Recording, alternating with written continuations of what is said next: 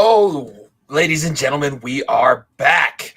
I'm back on your airwaves. If you checked out Ohio Sports Talk, if you're one of the many listeners that they get, loyal fans going out there, you're seeing me on my home turf. I said it last week, but I'll say it again. This is my home turf. This is where I'm most comfortable, and I'm excited. We got a lot of great stuff to talk about with this one. We have our first ever 12-team bracket, so we're going to get all of that stuff. We've been doing a whole bunch of college football content. The videos have been flowing, so if you're not following anything like that, at FEOTB Pod, subscribe to the YouTube channel. I'm green lighting.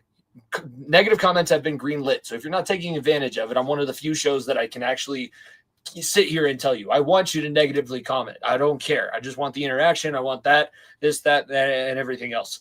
I'm here today for the center of attention. And I bring up the college football bracket because we have a tradition on this show. And normally this is where we get to rant on sports. I don't really have too much, I guess. When we get to college football, I'll save it. But Ohio State just continues to find new and improved ways to make themselves an even bigger laughingstock with how mentally weak they are. Ryan Day, if there's ever a coach that needs to be fired, even though they have the ability to win a national championship, if this comes out that it was from Ohio State at all, where they're trying to legally ban planting the flag, we will have another conversation. I'll get back on with Jordan for Ohio Sports Talk. We'll have a conversation there because that would be ridiculous. But I wanted to talk about college football because we have our annual Bull Pick'em show. It is now going to be a bracket show, just kind of like how we do for March Madness, but we're going to have the returners. Jeremy, Dom's coming back. Nico's defending the title this year. Nico won it last year. I think he was just as surprised as everybody else. I'm looking to make a little bit better of a showing in that one than I did in the NFL one. I just want to win one of the contests that we try and put it together for the show. I'm super excited about it. We'll get into the conversation about seeding, whether or not Oregon got a good spot or a bad spot being the best team in the country. Why does Ohio State, why might they struggle with everything that's coming up? And why does Alabama have no leg to stand on? That's all of the great things that we're going to be able to get into episode 210 of the Far End of the Bench podcast with myself and my co-host, who I am going to bring on right now. Let's get into the rest of the episode. If you don't stay down and you never quit, come on over here and sit on the far end of the bench.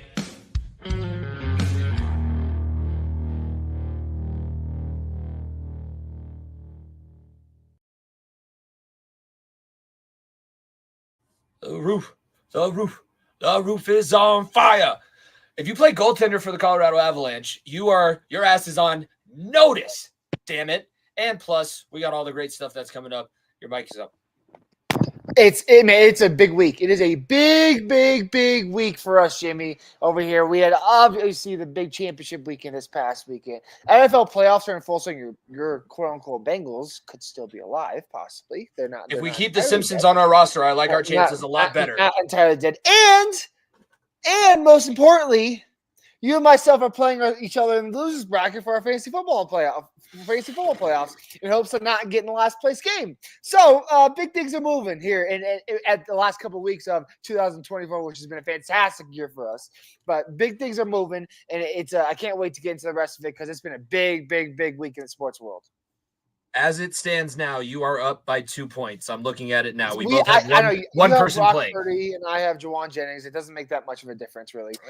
I didn't realize that it was the two of us. I've been pretty much out on fantasy football for a while because I tried to be like you guys. I really didn't care as much going into the league as you guys did.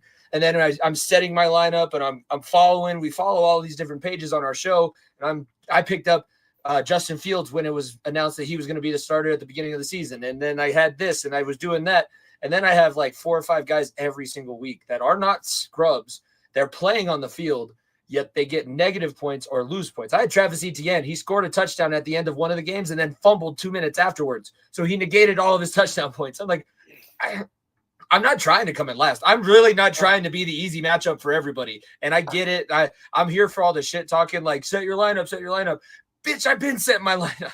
It's Trust absolute me. buffoonery that I'm in this last place bracket because I have 3 more wins than everybody else in this losers bracket at minimum, and I was in the playoffs. And it wasn't for somebody. I'm not going to name names because I'm a bigger man than that, but he knows who he is. If this individual set his lineup 2 weeks ago and replaced Dalton Kincaid, who didn't play a single game, who didn't play, by the way, for his backup tight end Pratt Freiermuth, he would have won by 10 points instead of losing, getting that last spot to the other person. I'm not complaining. It's not me. I know it's not me. Thank God. It's not Jimmy because Jimmy and I'd be going out Jimmy's head right now because I have this. He'd have drove over here and we'd have fought. We'd have been fist I fighting would in the have backyard. driven over there and told you myself to fucking set your lineup and pissed. I would not. That's how salty I am. But I'm gonna let bygones be bygones. All I'll say is this: if I can come in last place, he's running with me. I'm making sure of it. Okay, so I'm just absolutely fuming that obviously I'm not in the playoffs because I have a damn good team. I probably could have beat anybody. I put up 150, Jimmy. I know. 150. I got 200 put on my head, and that's the reason why I lost. Didn't make the playoffs. I Josh Allen 55 points against my head in a game that shouldn't have mattered because I should have been clinched already. Stupid. Just stupid fancy football stuff. I'll let you put this poll out there because I think it's an interesting poll. Would you rather have because another one of our friends, a guy who's been on the show a couple times, Jonas Stars in this scenario, he was 7-1 in his fantasy football league. He lost 6 straight and he missed the playoffs. Oof. Would you rather lose 6 straight and miss the playoffs and be 7-7 after 7-1 season, or would you rather be in my situation where you should have been in the playoffs if it weren't for someone that didn't set their lineup the last 2 weeks of the season? That's a good question. I think both suck. Both do suck. That's a good way to get yourself relegated or kicked out.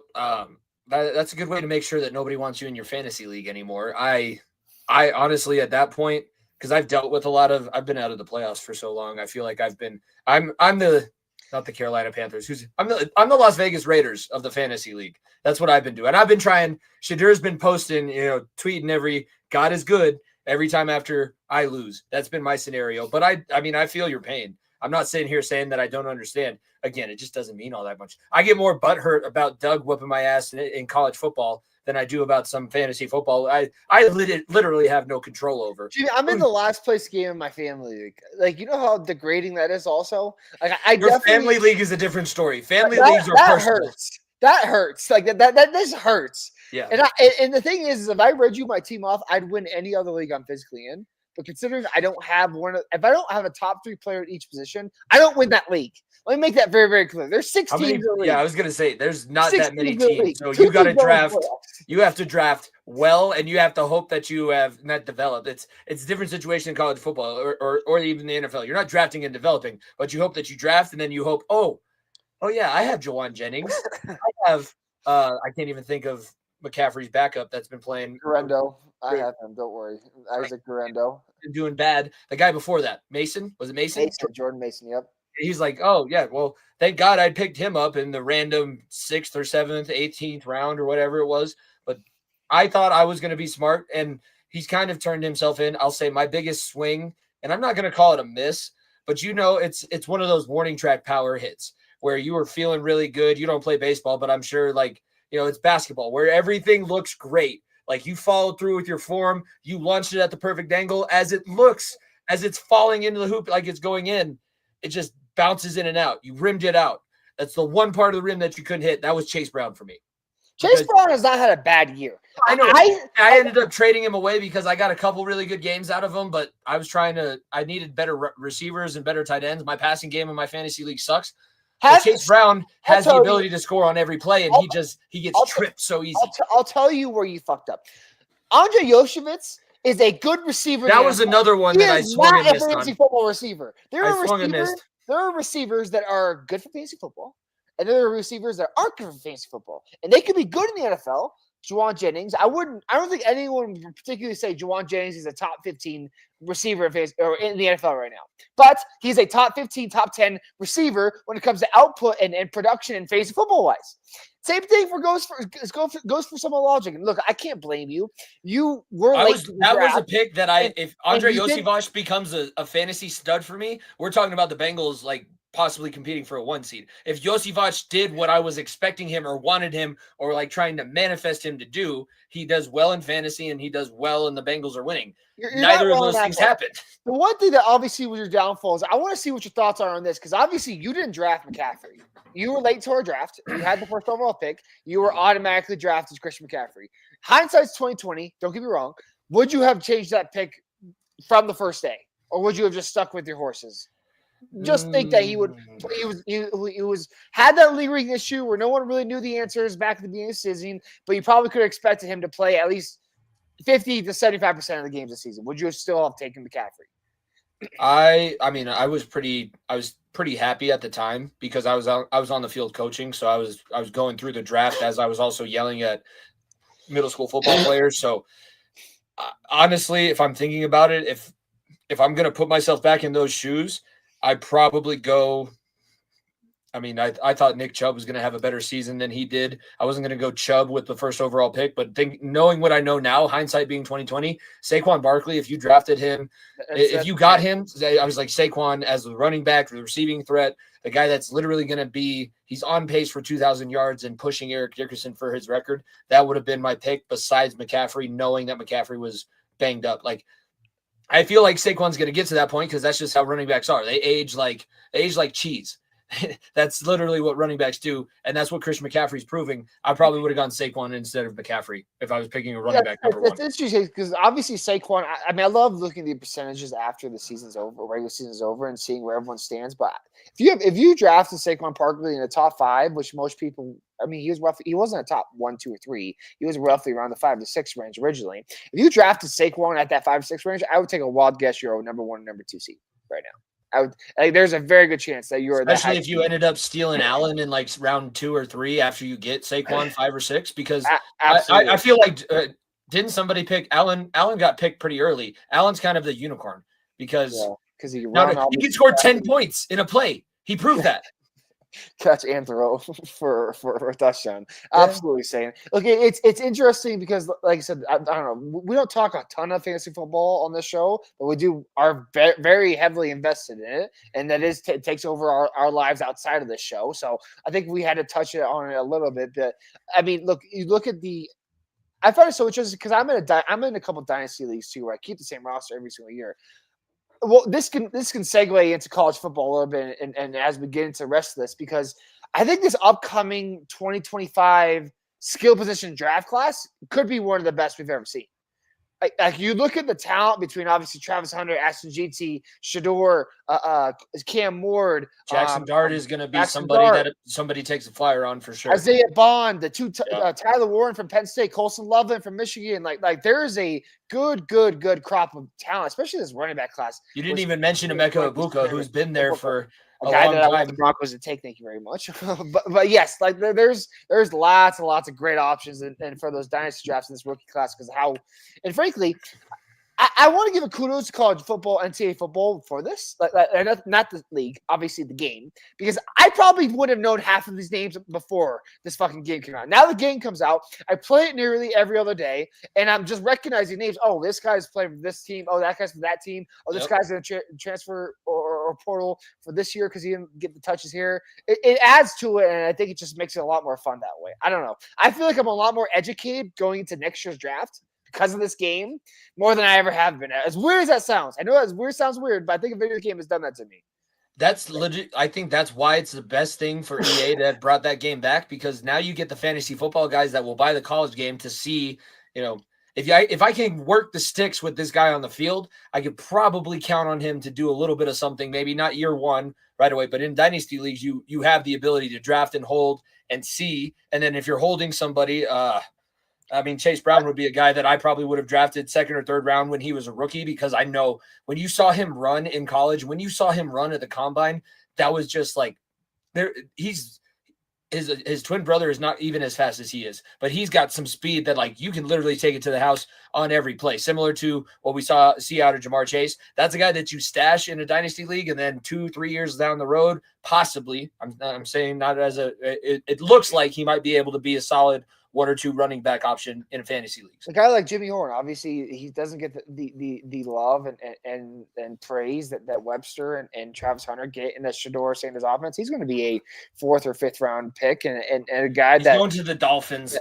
People are going to, I know, probably. And he's a guy that everybody's going to have to keep their eyes on because he has that top end speed and great one-on-one, great in one-on-one coverage. So, look, this fantasy football year has been very interesting, and obviously playoffs starting this week tonight as we're talking about it and going in the next couple of weeks. It should be interesting because Saquon and Josh Allen can get you the playoffs.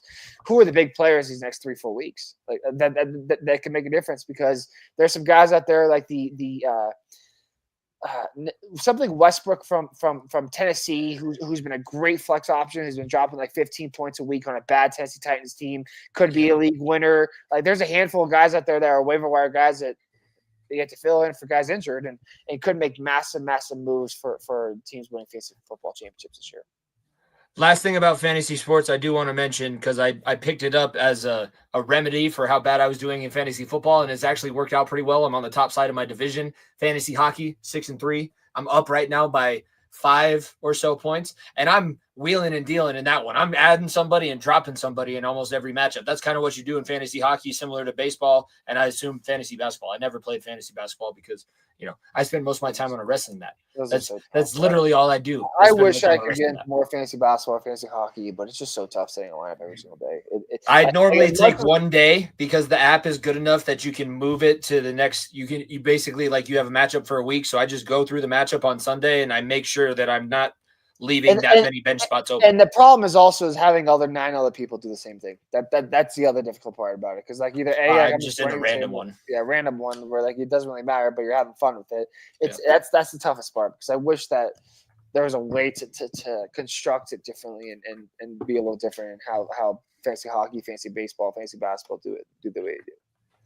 All right. Speaking of hockey, that's where we're kicking things off because as you can see on the screen, if you're watching on YouTube, subscribe, leave whatever comment that you want to leave, like the video, follow us at FEOTB Pod. But the Avalanche have been busy, and we said that it's the goaltending was also very bad. And Forgiev, I mean, do we start calling him his real name now that he's not playing for the team? No, okay. because we won't always Forgiev. Yeah, we will never even talk about him again after this week. This is the last one because guess what? You got shipped to NHL hell. Literally hell. And Blackwood is like, thank God you never figured it out with McKinnon and Rantanen because he's going from playing with guys like I'm trying to think. Not Celebrini and Celebrini this year, but I got drafted to the Sharks in my last NHL career, and I legitimately, not Teemu Selanne. That's not who it is. There's somebody that I could recognize, but literally there's nobody that I can actually pick out on the San Jose Sharks. And he's still, it's funny because as I'm going through, we're going to get to biggest trade rumors because of the way that everything's been going. The Avalanche are being a part of this. There's a lot of players that are being talked about as possibilities. But I can't believe that San Jose is picked him up in this situation, and now they're also still looking to move him and get whatever piece they can find for him. There's zero reason for him to play on this roster outside maybe making his numbers better. Let me make that very, very clear because you look at the deal and I was listening to a couple of hockey shows talk about this, was like you look at the deal that San Jose made in the offseason, they already have their goaltender in the future. Askarov from Nashville that they got in the deal this past offseason is going to be a number one goaltender in this league. He's going to be very, very good. And he's right now been playing in the minors and hasn't really got a ton of time to show. He'll be a number one, number two guy this year or even next year. So Georgiev, there's going to be another team out there that's desperate for a goalie and trying to get number two because of an injury somewhere. And then they can dump Forgiev off to that team eventually and get even more picks back. And let's not forget, like, I'll get to the talk about Mackenzie Blackwood and what he adds to this team here in a minute. But the San Jose Sharks trade a 6th-round pick for Mackenzie Blackwood. A 6th-round pick. They've got an absolute great haul in return. A young player in Kovalenko. Obviously, Georgiev, which you'll get a return for, a 2nd and a 5th. And it is a great return for a goaltender that obviously was going to do is much better or more useful somewhere else. It is a great move by San Jose for the future, building young core, building young talent. They're going to be very, very off. But on this Av side, obviously Forgiev gone look, we've been wanting it for a while. I've been wanting it for a while. Like, I've been saying since last season how bad goaltending. We were both on it in the playoffs, and he kind of redeemed himself, giving himself enough of a chance for this season. But he's never. He is. We always try and get this when the guy comes to your team. You always try and build him up. Like, yeah, I know that his numbers aren't that great, and he has this issue or that issue. But when he gets in here, it's going to be different. He was the same goaltender that he was in New York. He just had way more games to do it, so his numbers got way worse. He's good in stretches. He's one of the streakiest goaltenders, and that's a position that you can't be streaky. You got to be consistent. You got to be stoic. He's not that. Especially as a number one. So getting off of that is very, very easy, and I think it's such an easy move to make. It's not even questioned. Obviously, Kovalenko trade is interesting. I think Kovalenko is a really good young talent. Could do a lot of great things in the NHL. Let's see how he fans out San Jose. All of us Avs fans are kind of waiting on him being the next guy. But if I look at Parker Kelly, I look at Ivan, I look at some of these other young talent that the Avs have had in their front lines, that's not been the problem. So Kovalenko is a guy that's a third, fourth liner that, yeah, at best I can ship him off and upgrade goaltending much more needed. It's just funny that if I had a nickel for every time the Avs have traded Kovalenko for a goalie, I'd have 10 cents, which isn't that much, but doing it twice is a little weird. All I'm going to say. But with Blackwood coming to this team, Blackwood's put on two bad teams. Let's not sugarcoat it. New Jersey. He showed a lot of flashes, but that New Jersey team was very, very bad before Jack Hughes hit his stride. And frankly, they're still been bad, but they moved on from him. San Jose, still very, very bad. Even though they've got good young talent and they're building to the future, not an NHL level, championship worthy level team. After they beat us in the playoffs, that was like the last year that they were relevant. They were good for a while, and everybody says that San Jose was the barn that nobody wanted to play in. But ever since then, that's just been hell. Like, because they were so old that year with Thornton and Pavelski and obviously like Marlowe, like that team was old, plain and simple. They had their one shot and that was it. And now that they're gotten younger, they're a lot better. But Blackwood comes in with a 912 save percentage. Wait a second. Goaltenders can have over a 900? Hold on, above an 8.7? Georgia was an 8.7. Blackwood was a 911 or 912 on one of the worst teams in hockey. Worst teams in hockey. I'll take it. I will take it. I will happily take that because that means that he is facing A, tough shots because his team sucks, and B, making difficult saves against good teams. Plain and simple. He may let in one or two there, but you know that he's not making dumb mistakes. Right. And I look at obviously Wedgwood is the other deal that we traded Noonan for last week. We talked about a little bit, but not as much. Like Noonan was a young guy that frankly was not showing enough number one, number two status. Wedgwood came into this game, and frankly, I think the deal that pushed this 4GF deal over was the game where he let in 4 goals on 8 shots against Buffalo, right? I think it was Buffalo. 4 goals on 8 shots, and the Avs ended up winning that game 5-4 because 4GF got pulled. And Wedgwood came into the game with his Predators pads on, with his Predators helmet still on, and pitched a shutout. And I'm very, very, very intrigued with the Wedgwood Blackwood tandem. Both of them obviously played in New Jersey together as well. I like I said, the defense isn't bad. I'm still not sold on that. But I think now you put this defense in a situation where they trust the guy behind them. I think it's going to help so much more. I think it helps so much more. And why do I say that? Is because Fortiev is showing that his teammates didn't give a fuck about him, and frankly, he didn't give a fuck about him. If you look at the thank you post to after thank you to the Avs, not one thing said about the organization, not one thing said about any of the players. Only said thank you to the fans. Goodbye. That's it. Nothing said. Just no one gave a fuck about him. Plain and simple, no one gave a fuck about him. And why should anyone else? So I am very, very excited for Blackwood. Look, he's expiring contract. So this is his 1-year tryout to see if he's long-term here or if he's going to go somewhere else. So it could be obviously another big headache this offseason. But you look at the last guy we brought in on a 1-year goaltending deal, Darcy Kemper, we won a cup with. So frankly, if Blackwood can obviously make the smart saves, make the smart moves, the dude is a fucking massive human being. I don't know if you've seen the pictures of him at morning skate or because they're playing today, but he's not in net today. You see him at morning skate. The dude is like 6-7 foot on skates. His waist is the height of the fucking top crossbar. I was like, holy shit, this motherfucker's big. And then they had him in the pregame press conference or whatever. Dude has no front teeth. Motherfucker's a hockey guy. That's what I'm fucking talking about. That He's is a fucking hockey guy. His That's a first hockey name is guy. Mackenzie or something like Motherfucker's that. Welcome to Blackwood- the fucking woodshed, Avs fans. Look, this could obviously end up very, very bad, like Sarge. This is my Sarge take earlier on in the season with Dario and the Nuggets. But like the woodshed, I am very excited for the woodshed back there. The woodshed between Mackenzie Blackwood and Scott Wedgwood, I'm very, very excited to see what that 1-2 punch could do to this team because let's be honest with ourselves. There's some interesting conversations in this trade world, and I think it's a good segue now because Nico Ranson's in at UFA this year. And that's a person that if things don't go well, I will give you one thing.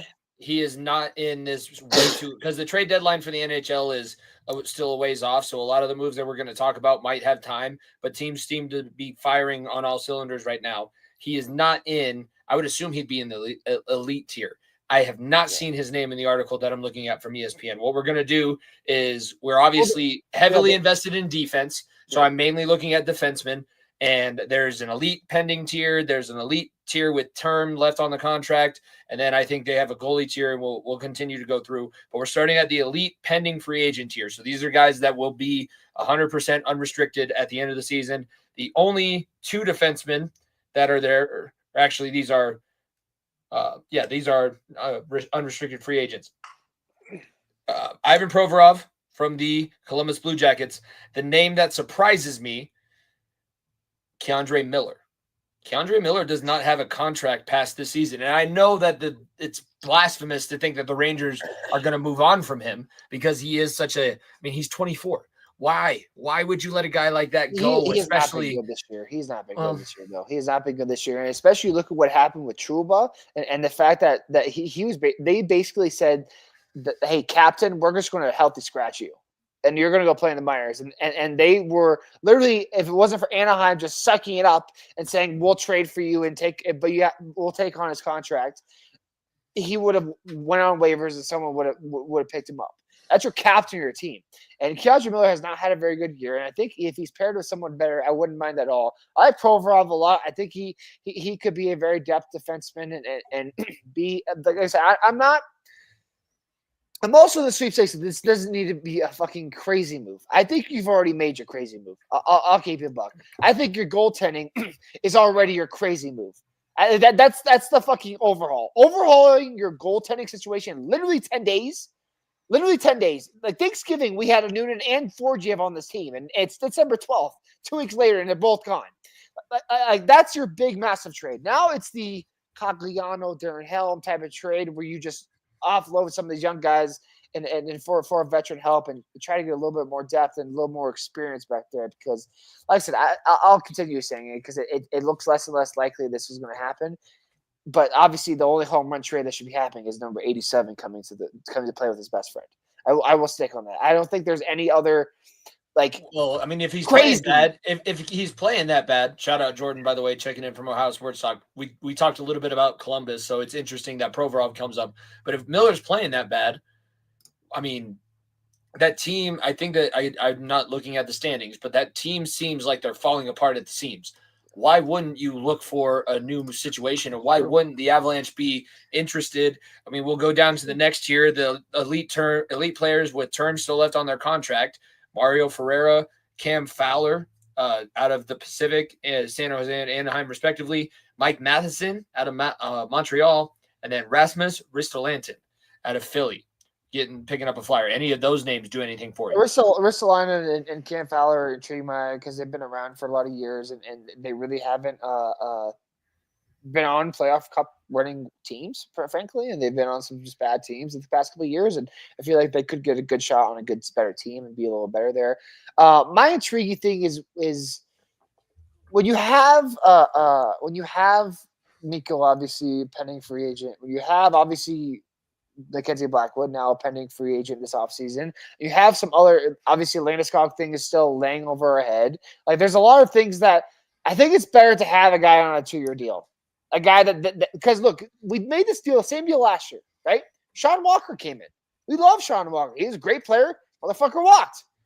That was a fucking useless trade for a fucking second-round pick and a young guy that we've ever had. If you're going to make this deal, and I think McFarland and Sackett know that too, making a deal where a guy has a little more tread on his tires, and frankly, if it costs you $1 million or $2 million more, fine. But like it'll protect you for the next couple of years instead of having to ship off a young player for an expiring contract. That's what that's just my thinking about it, because you and I both are in the same spot here. Is like we're not happy where the Avs are at. We still think that this team can make a run. We still think this team can make a run. I'm waiting for him to flip the switch, and I'm about to stop saying that, but I'm waiting for it. But there is a lot of very good hockey clubs right now, including Florida, including obviously Dallas, Winnipeg. They're playing really, really good hockey that look like they're cup favorites, and we're not in that conversation right now.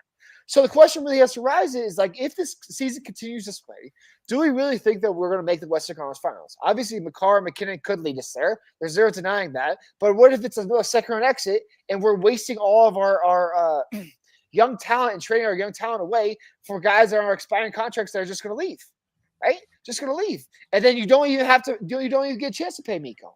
So I think there needs to be a little bit of long-term perspective, because Cale and McKinnon are in their 20s.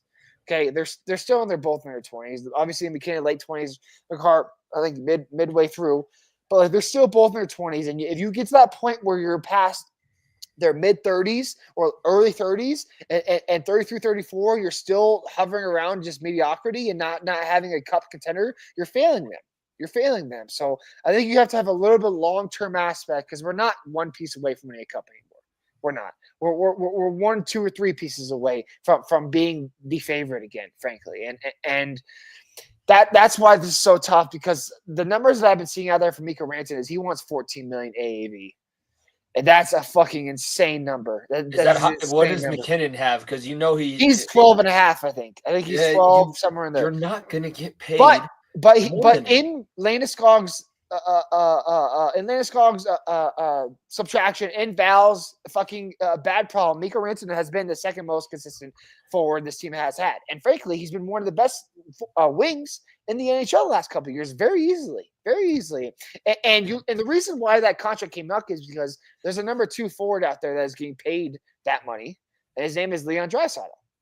Leon Draisaitl is not the number 1 on that team, and obviously Draisaitl and McKinnon Draisaitl and Rantanen are similar in the sense of they're not the main focus, but they are deadly out there. They're both very, very strong forces offensively that you got to be like, you know what, maybe he is worth that to keep him.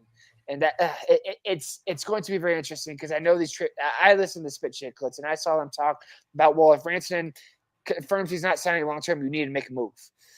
And frankly, Mikko Rantanen, it's Jamal Murray, Michael Porter Jr. Jamal Murray-esque, not Michael Porter Jr. Jamal Murray-esque, where you're like, this is going to be a very, very tough pill to swallow.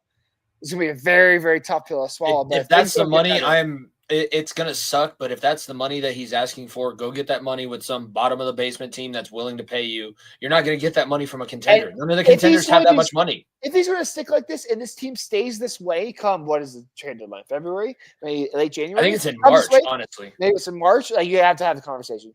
You have to see it, unfortunately, if things do not change for the better these next couple months.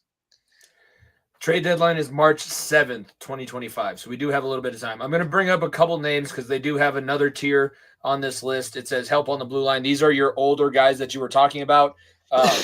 Maybe a little bit better. Like, you're bringing them in not just for the play on the ice, but maybe they'll be able to get this team moving in the right direction. Guy that's been here before that's on this list, 2 of them, Bowen Byram, Ian Cole.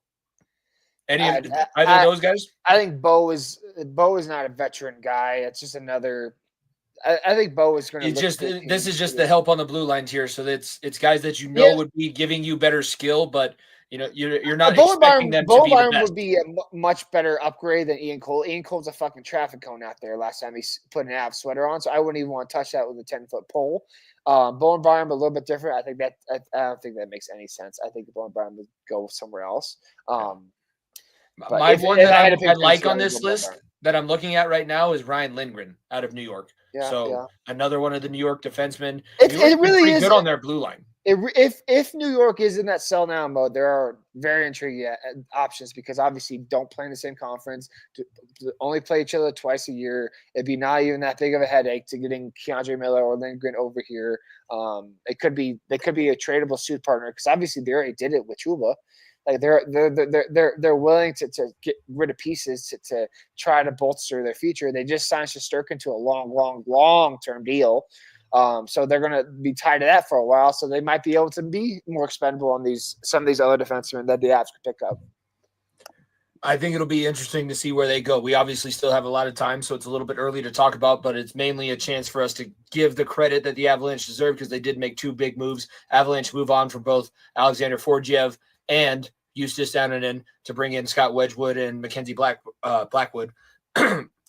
Moving forward to the NBA, biggest trade talk that's going on right now is Jimmy Butler. I saw another team pop up. So right now, the teams that he's expressed interest in being traded to. I know that we kind of talked about him on the Nuggets. Yeah, it's his agent, Bernie Lee, that is which his agent has also come out and said that's a bold-faced lie. So who knows if it's even true, those teams. But go ahead, I'll let you finish. Right now it says Dallas, Houston, Golden State, and Phoenix. The Suns, the Mavericks, the Rockets, and the Warriors. Obviously, the Miami is not willing to let him go in conference. They don't want to possibly see him in the playoffs of Miami. I don't know where Miami's playoff situation is this year, but they seem like a team that's always considering East playoffs. Is so bad, they'll make the playoffs. I am almost. They don't see him again. They want to move him to the opposite conference, but they also are strategically picking. I mean, I know Dallas and Houston or not Houston. Dallas is a team that was in the Western Conference and moving forward and everything like that last year, but I don't necessarily know if they're going to be able to repeat that.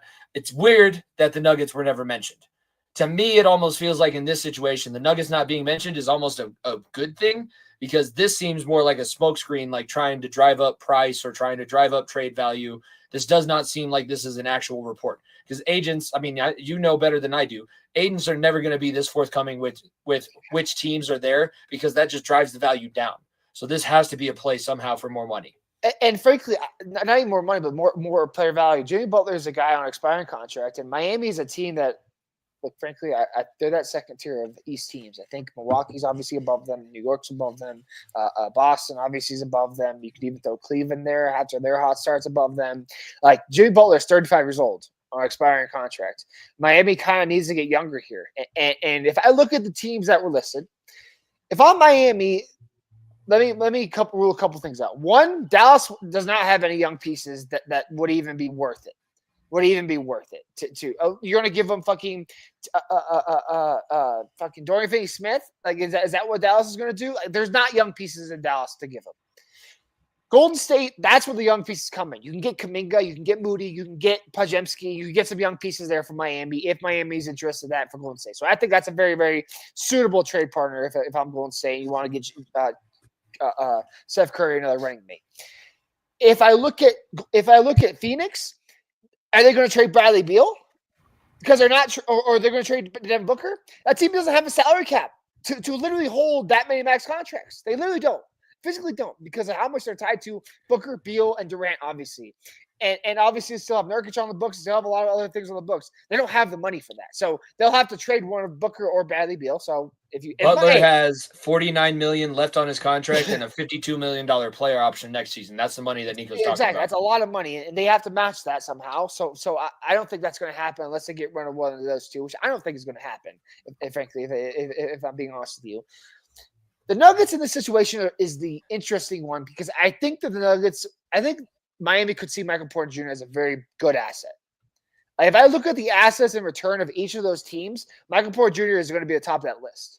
I think he has more upside offensively than Kuminga, and obviously scoring wise than anything else you'll get from the other shooters apparently. And I backtracked this into, what was it, 2022 offseason with the Damian Lillard trade. What were we hearing when Damian Lillard was getting traded? Miami Heat. Milwaukee just flew under the radar. No one really thought about it, right? No one really thought about it. Milwaukee just, obviously, no one would have thought that they would have got rid of Jrue Holiday. They're like, well, they're not going to get rid of Jrue Holiday. That's just not going to happen. Jrue Holiday is this, that, and the other thing. Well, look at the Denver Nuggets in that situation. Michael Porter Jr. is this, that, and the other thing. They're not going to get rid of him. They won a championship with Michael Porter Jr. They're not going to do that, right? Michael Porter Jr. could be that piece. it's two entirely different sides of the story because Jimmy Butler hasn't really stayed healthy, and obviously I was going to say he's 35, averaging 19, 5.4 rebounds, and 4.8 assists. Is that worth moving Michael Porter Jr. for? If you can sign him to more than 1 or 2 more years, I'd say yes. And I'll tell you why. It's because Michael Porter Jr. is still a fucking traffic cone out there defensively. I cannot rely on him at all. At all. And Aaron Gordon has been stuck with having to guard the best big man, the best guard, and the best wing every single night because of how poor the other defenders are on the starting five. And if I'm the Nuggets and I can have Jimmy Butler commit to another year, commit to 2 more years, like the Bucks did with Damian Lillard, let's like I said, very similar situations, then you could have that conversation of him staying here long term because Jokic would be the best player he's ever played with. That's not even a conversation. For those that think I'm lying here, he's played with Joel Embiid, not as good as Jokic as we've seen. He's played with Karl-Anthony Towns, not as good. Played with Derrick Rose at the end of his career, not as good. Like he is it is a perfect situation for this team to have Jimmy Butler be inserted because it takes the weight off Jamal. Jamal doesn't have to be the number 2 anymore. He can be the number 3, more of an offensive producer. Get the ball to Jimmy where he needs it. Get the ball to Jokic when they need it. And I think they'll feed off very well. The problem with making that deal is because 3-point shooting is going to decrease mightily. I think they're already one of the worst 3-point shooting teams in the entire league. It's already gotten a lot worse. And frankly, the other big name that's been out there is Zach LaVine. Zach LaVine is not even as good of a 3-point shooter as Jimmy Butler. I would put them on the same fucking wavelength, narrowly. Maybe Zach LaVine's slight edge, but not crazy, okay? So that would make no sense if you're trading if I want LaVine more than I want Butler, okay? Let's just throw that out there. It would if Calvin Booth has the fucking balls to make this deal, there has to be a counter deal where you get a Nikola Jovic in Miami, who's yes, I said that correctly. Nikola Jovic, not Jokic, Jovic from Miami, who's a decent outside shooter, and try to bring him over, or you go to Washington and try to get another shooter over there, or get a Caleb Martin from Charlotte or something, where you can have another outside shooter. Then this team is set. This team is set because. I said it last week. Charles Barkley was so adamant about this team making a move and trying to make a splash because you have to maximize Jokic's career. I wasn't seeing it, and then we lost the Washington Wizards last week, and I was like, I'm fucking done with this. I'm fucking done with this. The 2-win Washington Wizards beat us. They beat us, and I watched that game, and I was like, I was sick to my stomach. I was literally sick to my stomach. I was like, I cannot believe that the best player in the world has to drop 56 points. And we still lose. There is a bunch of guys on this roster right now that will not get fucking run in this league in 5 years. Guaranteed. Guaranteed. I will say guaranteed. Sarge will not play another minute in this league. Zignaji won't play another minute in this league. I can go down the list. Russ won't last another 5 years in this league. DeAndre Jordan will retire in the next 2 years. This team outside of Nikola Jokic is one of the worst roster teams of all time. Like that 2009 Cleveland Cavaliers team where LeBron fucking drags Junis Ilgauskas and Mo Williams to the NBA Finals to lose to Tim Duncan in 4 games this Nuggets team makes that team look like the fucking dream team. Legit. They make that team look like the dream team. Jokic is hauling this team out of the fucking gutter every single week. And this is why I think Jimmy Butler deal would make so much sense for this team. And why I think that us and Golden State should be the front runners. Because I don't think Dallas really has the young pieces too. Is we have young pieces that could be intriguing. So that's the most important thing. And the thing is it's not when this will happen. It's a big if. Because I still think Pat Riley will stand on his morals. And I think Jimmy Butler loves the Heat lifestyle, loves being there and thinking that, they even did if win by 10 tonight too. Exactly. And thinking that if Miami gets to the playoffs, then they can beat anybody. And frankly, you and I both have went through 4 postseasons now where we covered this. We're like, we still think that Miami can beat anybody. You line up Miami against Philadelphia, I still think Miami can beat them. You put up Miami against Milwaukee, that mental edge, Miami's still going to be there. Like it's just that thought of like, oh, Miami could still do this. And that's why I don't think this is as for sure of a deal that this happens because that player option, because obviously him having another year, I don't think that Jimmy Butler could be like, I can go to the West Coast and win a championship. I don't know that makes a ton of sense. Like I think Houston could be another interesting one because they have a lot of young pieces as well. Houston may have the next best young pieces with Jabari Smith and Alperen Şengün and company to make this deal. But if I were being a realistic person, I think 3 front runners should be Golden State number 1. I think Golden State can get rid of Podziemski, Kuminga, get rid of Moody, and get rid of these young pieces. Frankly, they don't have another big paying contract either. They could easily do that. And Houston number 2. Houston obviously has great young talent. They're in the NBA Cup semifinals. No one gives a fuck, but they're in the semifinals. What's the NBA Cup, Nico? I know. And then there's us at 3rd, I think. I think that's how I would rank it. And I think that the reason why we're 3rd is because of the Michael Porter Jr. trade bait. That's literally the only reason, because there's not another person on this roster worth that fucking shit. We're going to have to trade Zeke Nnaji in a first-round pick to get someone that's better than Zeke Nnaji because we need someone to take Zeke's contract. The 5th highest-paid person on this roster is Dario Saric. He doesn't get fucking run on this team. The 6th highest-paid person on this roster is Zeke Nnaji, who also doesn't get run on this team. Look, if Kellen Moore sits on his hands and this team's a first or second round exit, the GM needs to go. It is not Michael Malone. I'll say that. He is doing whatever he can with whatever he's got. Okay, he is trying to do everything he can, and Jokic's system works perfectly with Michael Malone. This roster is just not good enough. Simple, it's not good enough. And Callum Booth, if you sit on your hands, count your days. Count your days in this league. I will also wrap this up by saying Mike Malone deserves a lot of credit because a lot of coaches try and play that player personnel. He's one of the few. I'm sure it's a little bit different in the NBA, but he's trying to use the groceries that he's given. The groceries just aren't that good. So he's trying to make chicken salad out of chicken shit. And some days it works, some days it doesn't. It'll be interesting to see what happens because, again, the trade deadline for the NBA is still a ways off, but there's plenty of time for there to be moves. And this is going to sound really fucking crazy coming out of my mouth when I say this, but the most consistent thing from this Nuggets team, the first month and a half of the season, has been the Jokic and Westbrook connection.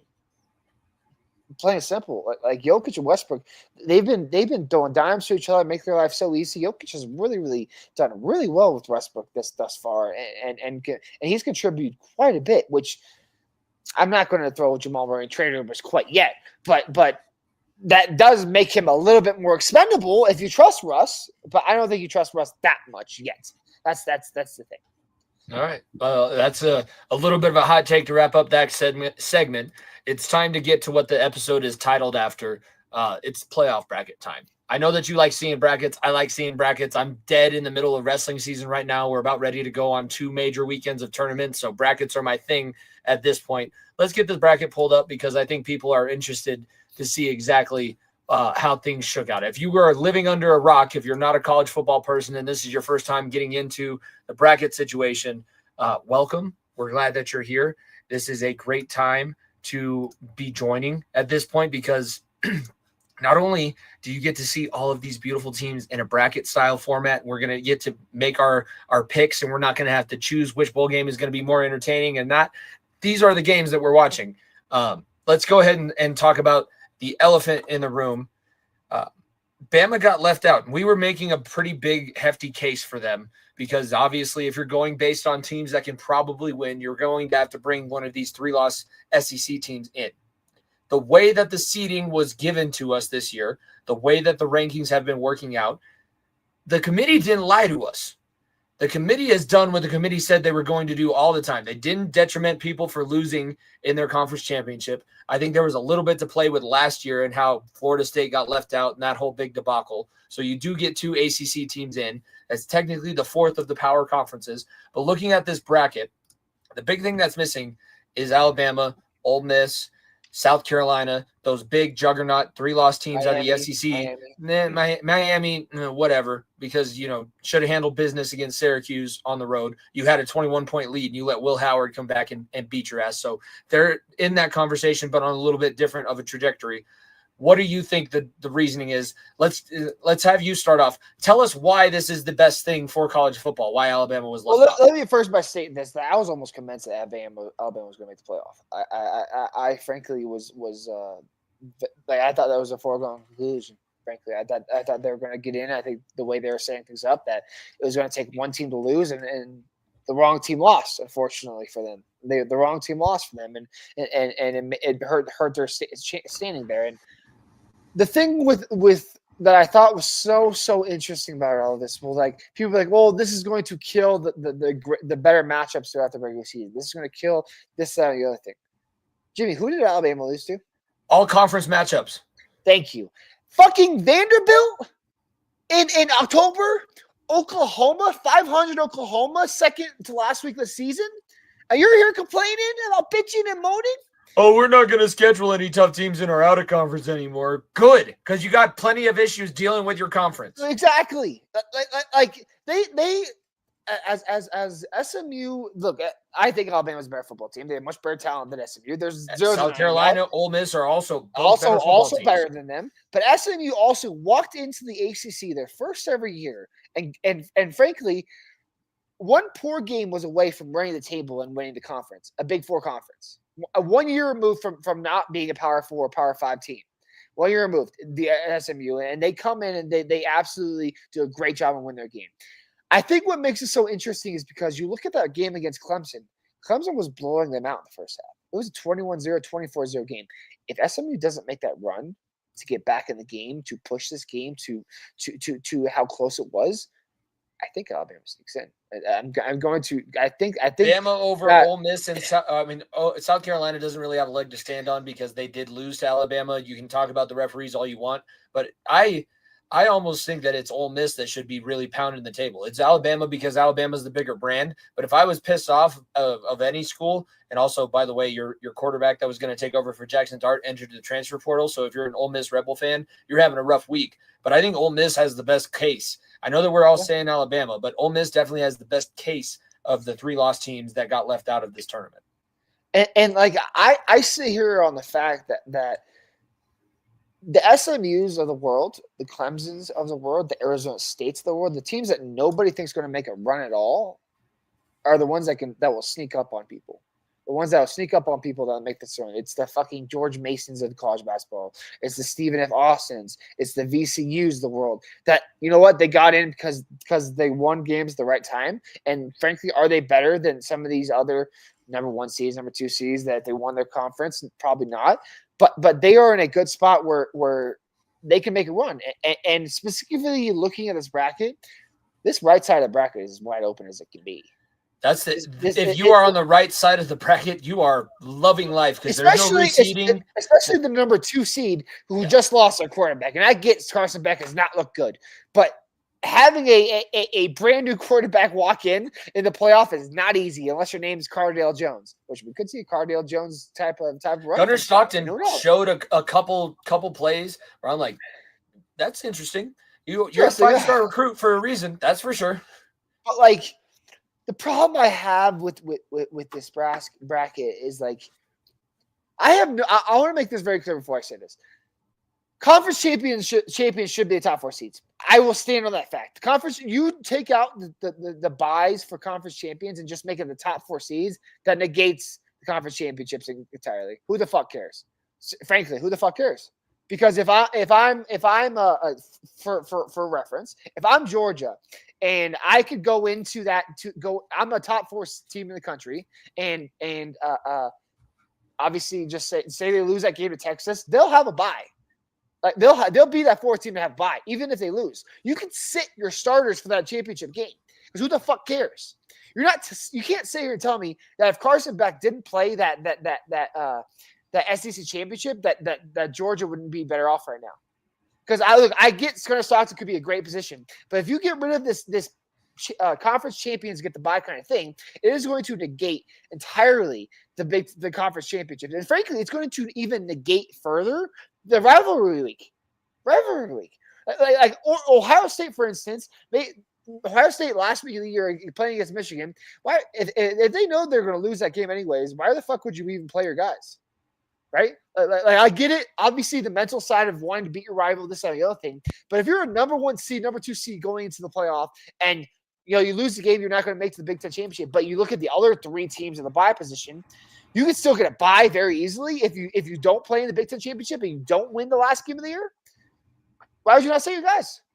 This is the second year in a row now where a top quarterback in the country, and obviously Carson Beck hasn't been one of the best, but he was a top quarterback going into the year, is not going to be a factor into the national championship because of an injury. Second year in a row. So look, I stand on the fact that it's Bush League if you sit your players that way. I love that Shedeur and Travis Hunter and Deion Sanders are all going to play in their bowl game against BYU. I love that factor. I hope Miami and Alabama do the exact same, and then they try to. But I guarantee you they probably won't. But at the same time, like, it's going to negate things if you do it that way. And I think that the conference champions make this so much better. So much better. But at the same time, to counter that argument, Penn State losing the Big Ten championship was the best thing that could ever happen. Yeah. I like James Franklin doesn't have to win a big game until the Final Four. If Georgia gets that way. And he's going to get another I think that his contract is already as such that he'll never be fired unless it's really, really bad. But he's just adding years onto his term, the more games that he wins in this situation. And he's also doing a good thing for the program because, like we said, the longer you last in this tournament, the more money goes into your conference athletic budget and your specific athletic budget. So now Arizona State getting one of those 4 byes guaranteed to one of those neutral site bowl games, that's huge for Kenny Dillingham and Arizona State moving forward. Oregon out of everybody deserves to have the gripe. If we were going to see any organization, any college football brand come out and say, why the fuck did we come out here and go 13-0 and win the Big Ten Conference in our first season just to get slated to play Tennessee or Ohio State in the second round and then also get the chance to play possibly Texas, who outside of a couple plays possibly wins the SEC championship? Or who knows? What if the impossible does happen and this Arizona State team beats the shit out of whoever comes to that second round matchup and then you get a physical ass Arizona? That's the only way that this number 1 seed makes any sense. If the 4 seed holds down. It absolutely does. And the one thing that just I think that gives Oregon so much of an edge is like they've been the best team in the country. Like I don't think anyone can sit here and say they're not. Plain and simple. I don't think anyone can sit here and say they're not because of what they did to everyone in the Big Ten, and obviously what they did in the Big Ten championship game against Penn State is like they've proved that they're the best team in the country. I saw this somewhere. I can't remember where I saw it from, but like of all years of the college football playoff not really mattering, like I don't think anyone could sit here and say that Georgia and Oregon shouldn't be playing against each other in the national championship. Like as going back to the BCS 1-2 punch, I don't think anyone can argue that that's the 1-2, right? I don't think anyone can, as much as Arizona State makes fun of how much fun we're going to have with this bracket, I don't think anyone makes that argument for it. Obviously, the bracket may not turn out that way because Ohio State could beat Tennessee, and obviously Ohio State may be able to beat Oregon on their second turnaround. But like this Oregon team is firing in all cylinders. And what I saw against Penn State was a little bit of adversity. And Dillon Gabriel is showing that he is frankly, I look at this bracket, he's the best quarterback in this bracket. He is the guy that I have the most faith in out of everybody. Pull up that bracket again. I have more faith in him than Drew Eller. I have more faith in him than Will Howard. I have more faith in him than Quinn Ewers, Cade Klubnik, fucking anybody else in this bracket. I have more faith in him than anybody. And that's because he's been able to win big games, and Oregon has just went on these runs. And we've said it the last couple of years is like it's not necessarily the best team that wins these playoff games. It's necessarily the hottest teams. Because I don't think you and I could sit here and say, what was it, 2 years ago when TCU beat Michigan, that TCU was the better team, but they were the hotter team. They were the one that made the right plays, the right moves because Max Duggan was on a run. Oregon could be a very, very similar situation. Arizona State could be in that conversation too. The one interesting loophole is all this is the second place Heisman Trophy finalist in Ashton Jeanty, because I don't think anybody's respecting Boise State right now. I think everybody's kind of seeing them as a pushover. Like I'm dead serious. Like everyone thinks that Penn State could go on this long run. I think SMU could possibly be in the first round. And frankly, SMU versus Boise State, that's a quarterfinal matchup with a chance to play one game away from making the national championship. There's insane. Everything on the line in that game. Insane. Everything is on the line because Boise's trying to prove that they're not this group of five Cinderella story. And the ponies were dead. It's been a while now, but the ponies were legitimately dead. They could not play football. And they did not have scholarships until it took 20 years. Emmanuel Sanders is the person that pulled SMU out of the grave. That was the first time they made a bowl game since that death penalty, and now we're sitting here in this situation. So I think what this has proven is that they have to figure out some other way of seeding. I think that this seeding, the criteria is not going to stay the same because of all the belly aching that Alabama's done. And everybody knows that as of now, Alabama is the biggest brand in college football. So if they say something, the rest of college football is going to listen. But this is the best thing for expansion. We are going to get 14 teams. We are going to get 16 teams. Then the buys will make a little bit more sense, and you're going to get more programs in the dance. And all this is going to do is make all of college football better. We saw that this season. Everybody spent money. Everybody has these new players. Everybody has a chance all the way up until the last few weeks of the season when you had BYU shit the bed. You had Iowa State losing their conference championship, get smacked around in their conference championship. There's a reason why Arizona State ended up earning that last bye. And this is the situation that we're in right now. The one thing I want to say this, and I'll relate this to college basketball because obviously bracketology, we can't talk about college football bracketology without bringing college basketball bracketology and how it's built. I think 14 should be the max. I'll keep it a buck there. I don't think you can't keep adding more and more because 14 is a good spot because then you can take the two top seeds, obviously the two winners. More than likely, it's going to be the Big Ten championship and SEC champion, and have those teams have the bye, and then everything else play out for itself. But I think if you try to get to 16 teams, you try to get to 18 teams. This is the problem with college basketball. Is like there's just so many fucking teams that just keep getting added. You're like, I don't give a fuck. Like these teams are not going to make a run. Like they're like frankly, like it may suit a team more to play in a bowl game where they might win like the Alamo Bowl and win like the fucking Cheez-It Bowl or whatever it is, than to get boat raced by 40 in the first round to fucking 3 seed Ohio State, right? I don't know. I am pumping the brakes on making this so massive is all I'm going to say, because I've seen what college basketball has done. And I think that adding more college basketball teams in the bracket is going to make it worse and worse and worse. And I think the system is set perfectly up now where 4 buys of a great thing. But when you get to 16, get to 18, get to 20, you're just like diluting everything. You're diluting everything and just saying none of this fucking means anything until we get to the playoff. You could be a 5-loss team and be in the playoff if it gets a 16-team playoff. Like you could be a 500 football team if you beat the right teams. Like obviously that'd be wild to happen, but like those are conversations that could happen in weird years. So I would be very cautious if I'm a college football fan and keep adding more teams. I'm ready to sway you. Well, I mean, it would have been swayed just by 14. I think that they're going to move it 2 teams at a time. But if we had 16 teams in, Nico, Army would be in the college football playoff. They would have, Jimmy. They lost by 40 to fucking Notre Dame. But they won their conference. They are a Group of 5 conference champion. That may set this country back 30 years if they lose by 50 in the fucking college football playoff to Ohio State in the first round. Because Notre Dame is obviously, we know Notre Dame is the second tier of teams of franchise team. They played Texas in the first round. I mean that may set our armed forces back years. Like that may just be very. They're very not cool. worried about. I know that they love their college football game. That you sound like one of my kids now. Well, China's really gonna worry us. No, they're not.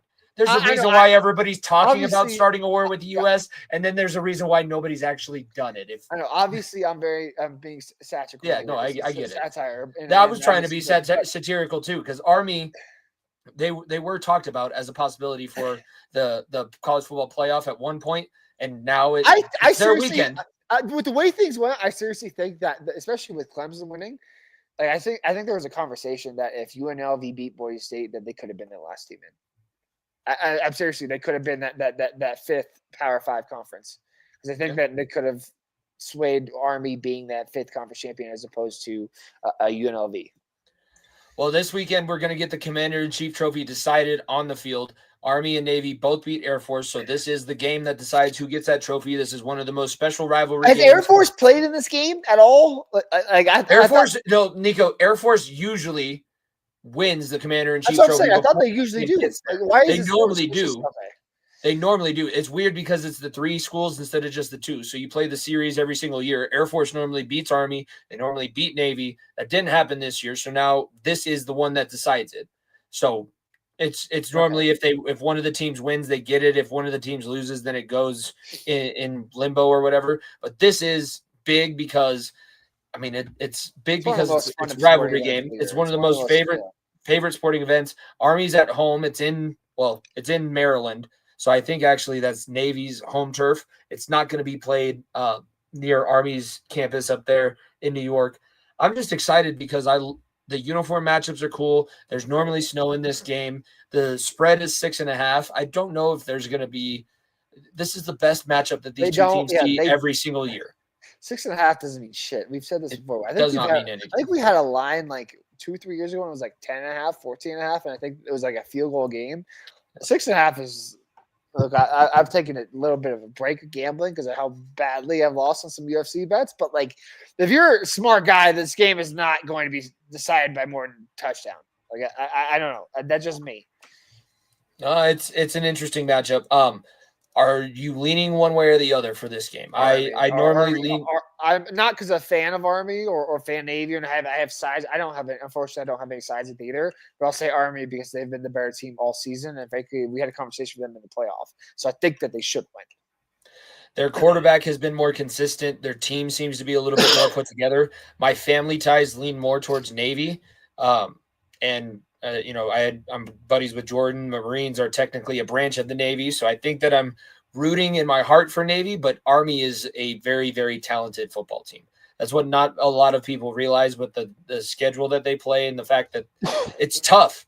I don't know if people understand how tough it is to be a college football player in general, and then also be a Division I college football player at a military academy. There is no party.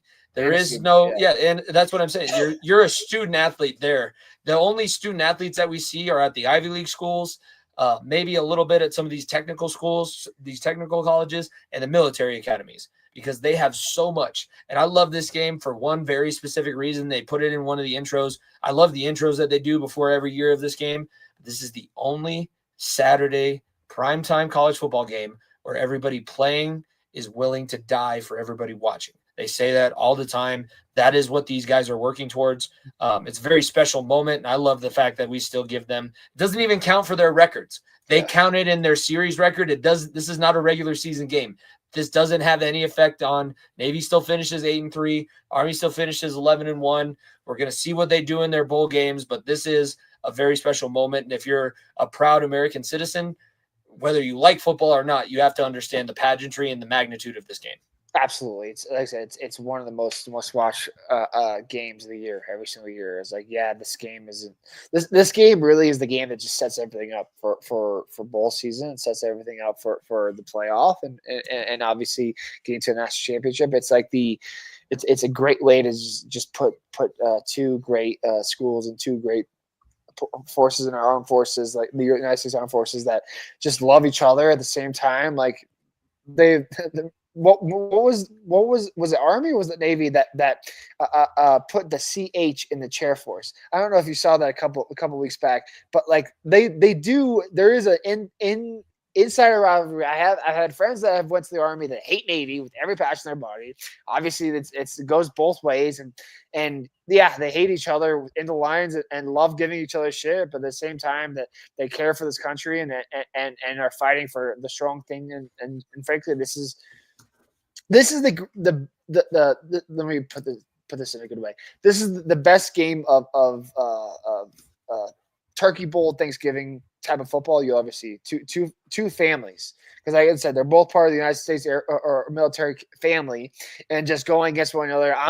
My guys are better than yours, and just going at one another. And there's not it doesn't get much better than that. I'm excited for this one. I hope everybody is just as excited, and we're going to get a knockdown, drag out brawl on Saturday. That's all I can tell you. If you're putting up your Christmas tree because you're a little bit late, you're not one of those people that go before Thanksgiving or right directly after Thanksgiving. Yeah, Nico, my mom's had Christmas up since before Thanksgiving. I know. I did it the day after. Is all I'm gonna say. I did the day after. We normally wait till the day after, but that was she's the only girl at the house now, so we because we got rid of the girl dog. She's back with Ed. She's the only woman, so we let her kind of have her thing, and we all helped decorate. So we did put up the tree. Stockings are out. The lights are strung. I'll have to send you a picture because it's a winter wonderland out here. That is what it is. We have some business to tend. One more thing. Bill Belichick is the head coach of North Carolina football. Did he only get that job so that his girlfriend now gets the discount to go back for another degree? No, Is the employee discount? I know he took the job for his or son, but I don't know. I find it so interesting. I don't think Bill Belichick is going to go. what does North Carolina have for these 80-year-old men? Like Mac Brown to Bill Belichick? Are you trying to get Father Time to coach your team next? I don't know. It's. I was like, what are we? I don't know. Maybe they're. I mean, Bill said fuck Bears, and I don't want to deal with fucking Bears, Cowboys. Fuck that. Let me go to college football and hang out with all my girlfriend's friends and everything.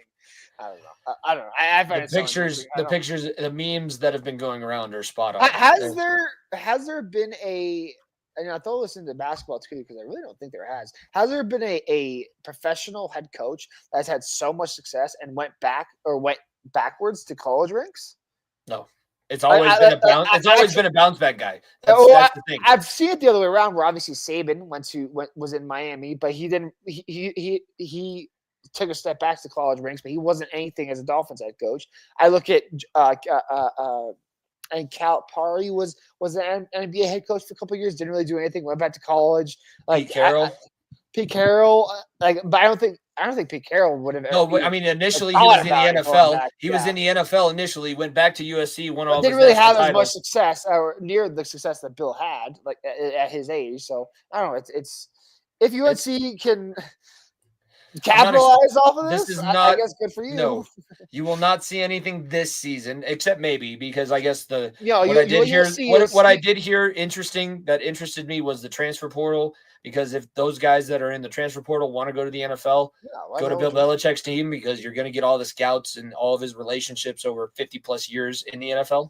Well, the other thing I said is Deion's not going on the road, and he still does this. So I mean, it's not like it's obviously two entirely different situations. But both Deion and Belichick are both in situations where, frankly, if I want to go to the league, North Carolina and Colorado are on top of that list.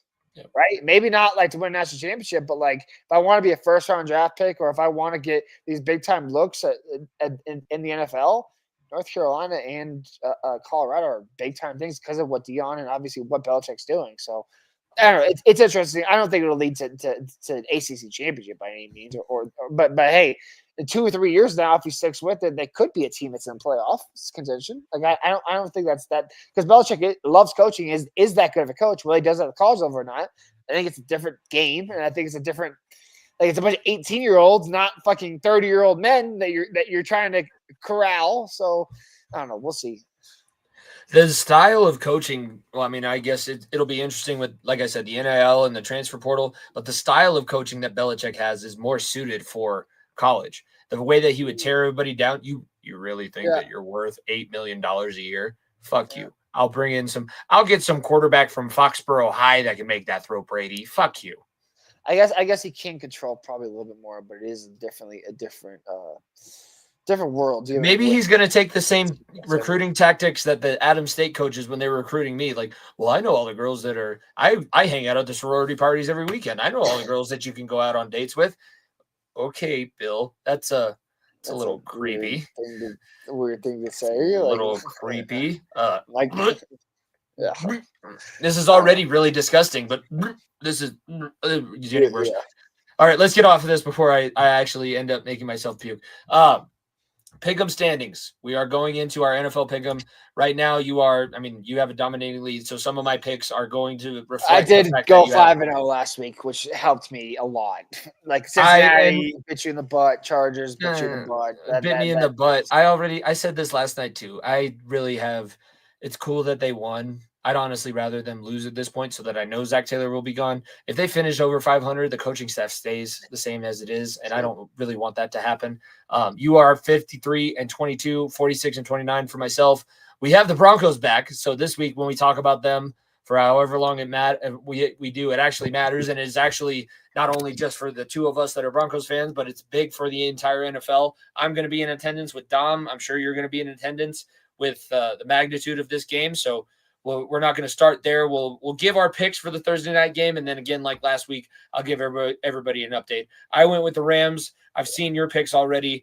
I went with the Rams as well. The Rams are very hot, right? They're getting healthy. Puka is puking. I don't know if that's an adjective I can use anymore. Puking. But Stafford slinging the ball, running game with Kyler Williams and Blake Corum on last week's game, I was very, very impressed with.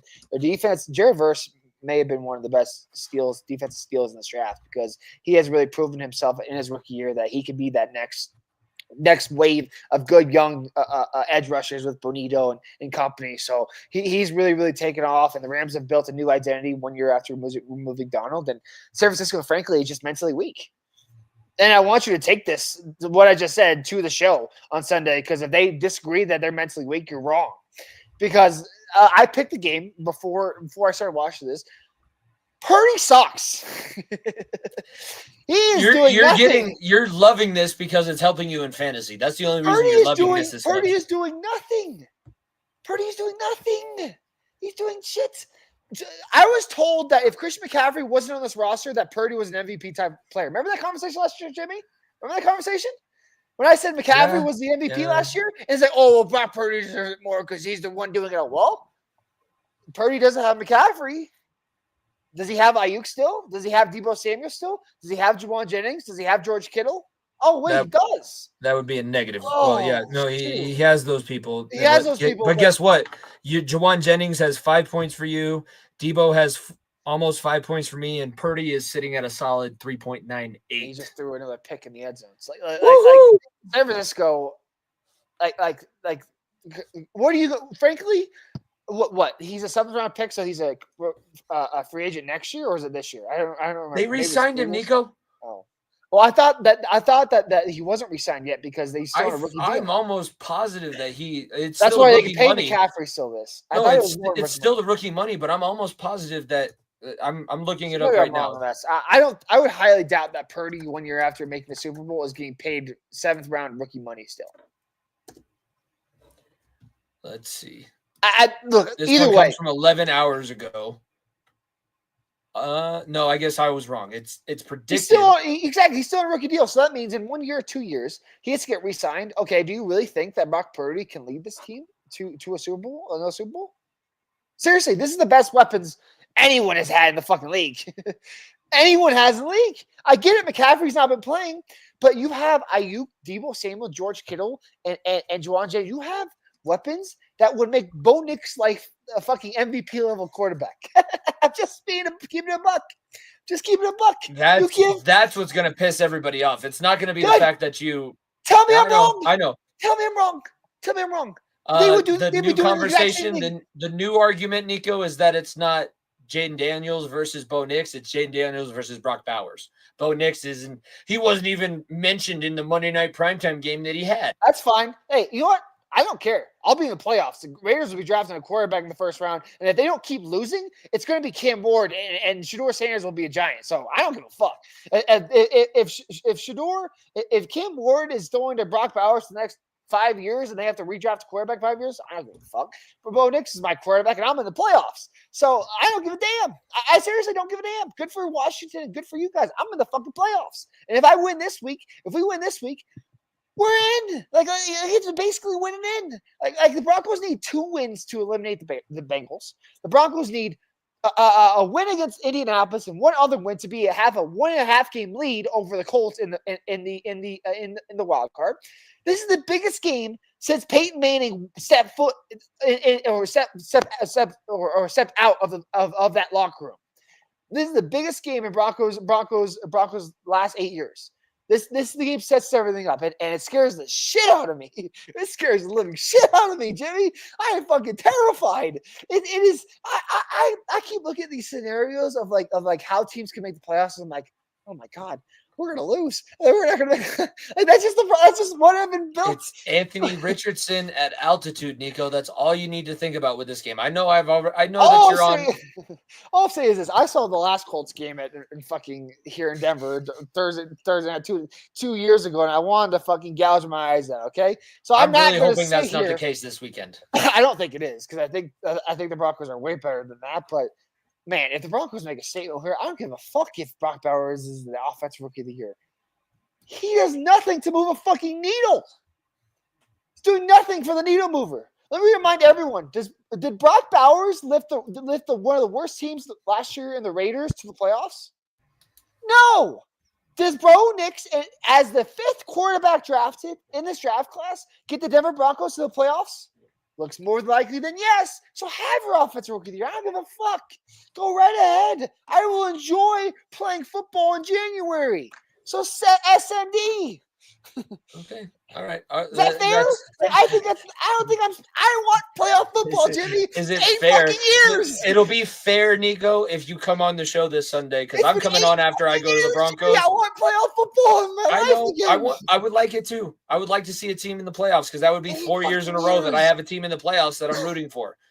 So. Thank God the Jets still suck because we would have almost been the next team for the next longest playoff drought. But the Jets still suck, and they're still not making the playoffs 15 years later. But, man, this is a great opportunity. Great opportunity. I want to be in the fucking playoffs. I don't give a damn about the offensive rookie of the year. I want to be in. I want to have a shot. We're both on the Rams. We're both on the Broncos. The Rams are leading currently 9-6 and just intercepted Brock Purdy in the end zone. The Broncos are 4-point favorites at home. Like I said, Anthony Richardson, the guy who tapped himself out a little bit over a month ago, is now going to have to do what he does. He has been playing better, but guess what? 19 of 38 and whatever amount of rushing yards. I don't think that he's going to do that against this defense. I know the defense looked terrible against Jameis. Jameis is miles better of a quarterback than Anthony Richardson. Anthony Richardson has more talent, more raw, natural talent. If you could put it all together, he's a better quarterback than Jameis Winston. But Jameis, he proved it. He proved it. He threw for 900 yards in that game against the Broncos. 900. Ignore the fact that it's the 2 pick sixes. Ignore that. Don't put that out of your mind. Because Anthony Richardson doesn't even throw the ball to throw pick sixes. Oh, I fucking love Jameis. I'm not going to compare the two because I've said specifically there will be no Jameis slander on my timeline. You don't have to slander him. He's better than Anthony Richardson. Look, Jameis is just entertaining football. So apparently, I'm Christian. I'm a religious guy. I know you're Christian too. So I'm very careful when I say this. But like, he should have prayed to God that he just stopped throwing picks. I said that. I said that on Sunday. You got to be a lot more fucking specific when you're asking shit from God. You can't be way more pick sixes. No, less specific because he said pick sixes. Just say picks in general. That's what I'm saying. Be more specific. No interceptions. Don't just say interceptions for touchdowns. No interceptions whatsoever.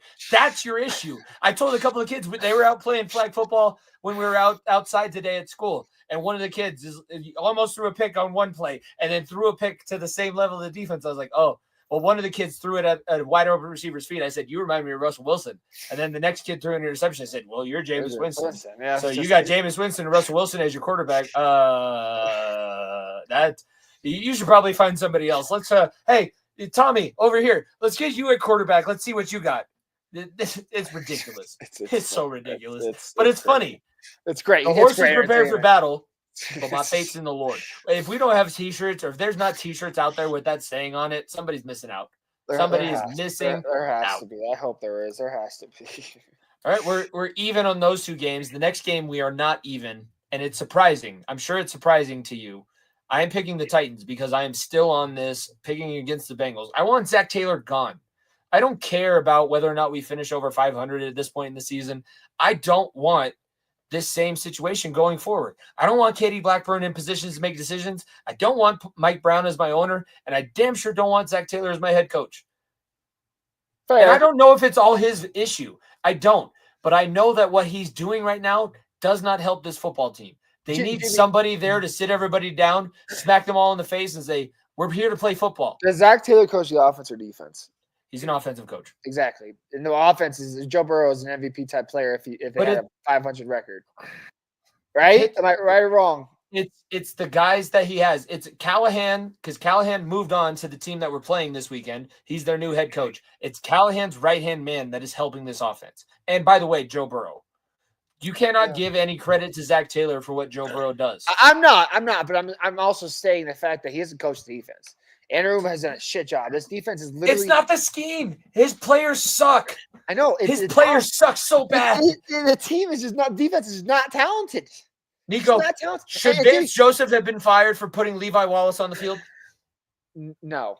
So then Blue Anarumo should not be fired for the shit that he has to put on the field for the defensive secondary. Okay, but what's Aaron Rumble going to do when Trey Henderson walks in free agency because they have to pay Jamar Chase all this money? That is a Because seriously, GM. Look, you I said got it for the Nuggets. You said it for the Nuggets. That is a GM issue. This is a GM issue. Every single player that we've had at nearly a Pro Bowl or all pro level, we decided, we did the same thing that the Giants did. Hendrickson is going to walk to probably like the Rams or somebody and win a Super Bowl win a Super Bowl somewhere because A, you didn't pay Jamar Chase the right amount of money when you did. Now you have to pay him more money because of how stupid you were. You're letting T. Higgins on and on and on. Frankly, with how bad the season was going, you should have traded T. Higgins for something a couple of weeks back because he's going to walk. Like the Bengals are still. They have look, when you talk about championship level teams, I cannot stress this enough. You need two things. Really important player wise. You need someone to throw the ball, you need someone to rush the guy throwing the ball. They have that. So obviously it's everything else. Because it is obviously everything, mama. Like if you put a mediocre fucking team around that, you should still be a playoff team. Yes. Right? Yes. If you Nico, told me we're about to finish with the same exact record with Joe Burrow as we almost did with Jake Browning last year. If you told me that Joe Burrow would lead the league in passing yards, Trey Hendrickson would have the number one most sacks in the NFL, I would tell you, okay, how far back are the Bengals from the number one seed? Am I wrong? You really want to ask that question? Am I wrong? No. Tell me I'm wrong. Nico, you're thinking as a logical person. This is why I turned heel. This is why I've been as shitty and I confused the shit out of Terrell because it's very much like this girl had everything that I wanted and I was with her for a very long time. We had a great marriage. There was ups, there was downs. We fought a lot, but hey, they changed themselves. They fired their coach. They got themselves in a better situation, but they're still fucking toxic and they won't get rid of the toxic pieces. So until that changes, I will see another great pass rusher and another great receiver and another great quarterback come through this team, and they're all going to move on. Because Joe Burrow is going to pull a Carson Palmer. That's what nobody's actually talking about. Frankly, why wouldn't Joe Burrow pull Palmer right now? And everyone should. And unlike Carson Palmer's way, like if you're a Bengals fan, you should side with Joe Burrow. Like you should want the fact that we didn't last time is the reason why we're in this situation again. You should want Burrow. You should want better for Burrow because what he's got your team to a fucking Super Bowl appearance the first time ever. Like he got you to a couple division wins, couple things that has not happened in fucking back-to-back 20 years. AFC North champions, back-to-back division champions, and two Super Bowl run followed up by an AFC Championship game run. If Joe Burrow, whose house was broken in this past week in Cincinnati, and if you tell me in 3-4 years, because he signed a 5-year deal now, 5-year extension on 2 years left of his rookie deal. Exactly, 2 or 3 years left, whatever it is. How many years left of his deal until he's a free agent again? If you're telling me that Joe Burrow watches Jamar Chase walk out that door, if that happens this offseason, watch T. Higgins walk out the door, watch Trey Hendrickson walk out there, watch Jesse Bates walk out there, why the fuck would you want to stay around? There's no incentive. There is no incentive. The reason why I think what the Broncos are doing is so sustainable, they're taking care of guys that are playing well. Garrett Bowles just got paid. Nick Bonito, Jonathan Cooper got paid, or Jonathan Cooper got paid. Patrick Surtain got paid. Courtland Sutton got paid. Like you're treating guys who are playing well for you get paid. Plain and simple, you get paid. That's the issue. That's been the issue for the longest amount of time. I get it. Mike Brown is not Steve Cohen, but my God, open the checkbook up. It's not even. I've been told because I'm far enough removed that I don't even know who the real culprit is. It's Katie Blackburn. Katie Blackburn is the GM. She's the one that's been handed all of the power. She does the same exact thing that the McCaskies do in Chicago. They don't work on Sundays. They don't work on Thanksgiving. They don't work on Christmas Day. And you run an NFL franchise. And you run an NFL franchise like you're just trying to put asses in seats.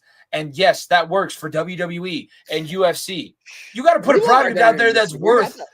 You got to put a product out there that's worth watching if you're going to do that. And maybe that's what they think. Oh, our offense is scoring 30 plus points a game every single week, except for the random few times that they don't. Cool. You're giving up 50. You're not wrong. And I'm going to circulate this back. Tennessee is worse. Like I don't care. This is a travesty. The Titans suck. Okay. Yeah. The Titans are bad. That's not going to like Joe Burrow is better than everyone on that fucking Titans roster combined. Trace Hendrickson. The Titans O-line's worse than anything they face. I fear for Will Levis's life. We haven't had a good Will Levis meet in like 3 or 4 weeks. I think it's time for another one. so I'll look. I don't know. Bengals are not good. They're not Super Bowl contenders, and they should have been. It's 2 years after making it, but they're better than Tennessee.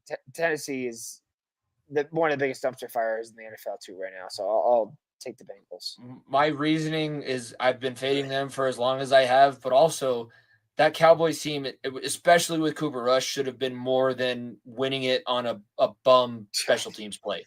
That should not have been the reason why we won that game. Yes, I get it. I'm being greedy as a fan because it's hard to win in this league, and you get a couple wins and you get a winning streak going possibly, but that team is still in the same situation. That defense still sucked against Cooper Rush and Homer Simpson and Mo.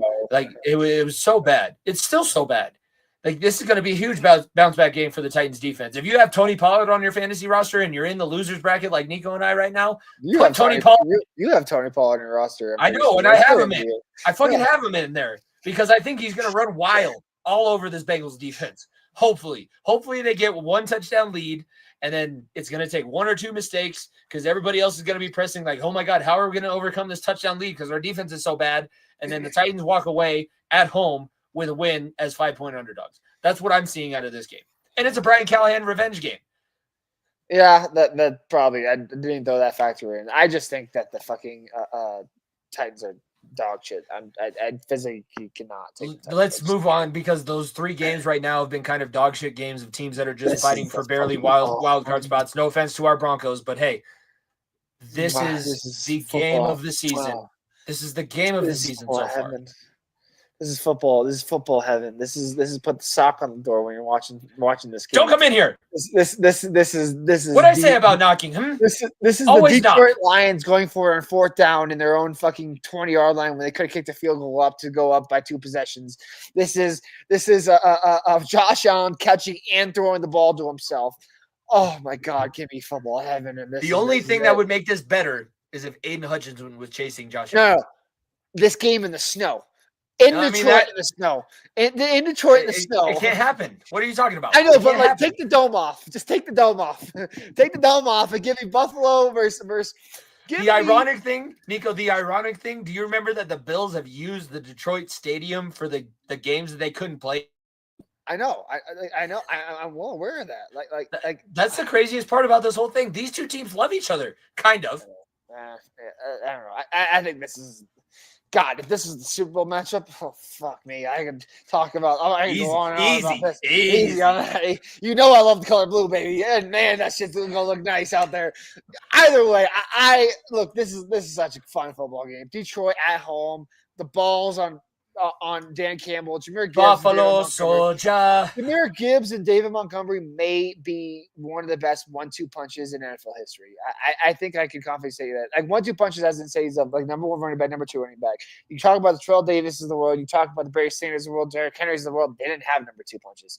This is as even of a 1-2 punch we've ever seen in the NFL. Like I date it back to Jamal Lewis and McGahee, like with Baltimore. Like I date it back to the bus and Mendenhall.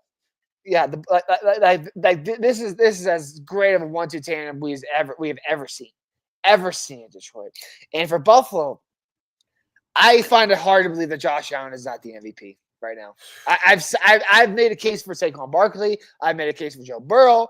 Josh Allen is doing all that, and he is like that 6 touchdown performance where he threw the ball through 3 touchdowns, ran the ball in for another 3 touchdowns. So I was just like, this man has it all. I know he lost. I know he did. This man has it all. This man has it all. I'm Joe Burrow. I'm David Haley Steinfeld. I can throw for 3 touchdowns, but I'll also run in 3 touchdowns. Fuck you. I'll go Detroit. I'll go hard-nosed football. If this was in Buffalo, I probably would have taken Buffalo. But in Detroit, this is Why is this not the Sunday night football game? I'm just going to, or the Monday night football game. Both Monday night football games suck. Okay. Both Monday Night Football games are That's awful. why I when I sent you the graphic, I was like, I'm not fucking picking the Monday night game. I'm picking this game. Like we're having fun. We're gonna have a fun conversation about this game because we're gonna put a sock on the doors when we talk about this. But like, Detroit football is so much fun to watch, and I love what Barry Smith has done to really help this defense too in the absence of Aiden Hutchinson. And I think the Lions are one corner or one DB away from really being a top tier defense, but they're in that thing about them they're too really is that really solid. the players that they've lost to injury are going to be like trade deadline acquisitions when they do come back. Except for Hutchinson. Hutchinson is gone. He's not coming back. But there's a couple other guys like Anzalone who fractured his arm. He's going to be back around playoff time. He's not coming back for this weekend. I'm going Bills in this one because this is part of my strategy. I'm trying to get 2 games back on you at a time. I can get 2 games back. I can make this a little bit interesting. We have I know. That's what I'm saying. I need I'm not good at math, but I'm getting these. I'm speaking it into existence. I'm getting these 2 games back this week gets you within 5, and another 2 next week gets you in 3, and then the last 2 weeks were a 3-game difference. So that's what I'm saying. It's not that crazy. My intuition is right because I didn't know all the math about that. I'm not numbers at all. I'm going with Buffalo because I've said it, and I'm not very confident about this one. This is my least conviction pick of the last 4 years that we've done this NFL pick'em. But this is a game where if I'm gonna take the wild chance, I mean it's not that wild of a chance. Josh Allen and Buffalo are really damn good, and they just come off a game where they score 42 points and lose. 42 points and lose. What other team knows about that more than my team? I think that this Bills defense has more to give in stopping. That was just, I mean, it's Sean McVay, it's Matt Stafford, it's Puka Nacua, it's Cooper Rush, it's Kyron Williams. I do worry about Buffalo losing 2 in a row. Like I think this team is better than losing 2 in a row. So that does throw in the wrench in this. But I think in Detroit, that's where things just get a little tasty. Is Eminem doing the halftime show? If Eminem's doing the halftime show, I'm gonna make a plea. I'll throw my fantasy game. Hopefully nobody is in the group listening to this. I'll throw my fantasy game if Eminem is performing the halftime show and I switch my pick. God, I don't. If you want to throw our fantasy matchup and just bench punch people, I will let you fucking win the pick 'em, just so I don't have to do a punishment. I'll give you 5. It's not going to be that. I wrestled. So I Honestly. get the worst part about our punishment for the last place in our fantasy league is you have to run a mile in a business suit. It's not going to be like running in slacks. My slacks right now are like 3 sizes too big. So it's basically like wearing sweatpants. So it's not that, it's the feet that I'm worried about. Because I just wrestled 2.5 hours in sizes 10.5 shoes because I forgot my shoes at home today. And that hurt. Like I took them off after an hour because I was like, my feet hurt. I can't. I just can't let that. I literally, like I said, 3 more wins than everybody in the losers bracket. And then, my God, if I get stuck with doing it, I'm gonna be so pissed. So that's why I'm willing to give it up. But let's close this out. By the way, we both already 1-0 this week.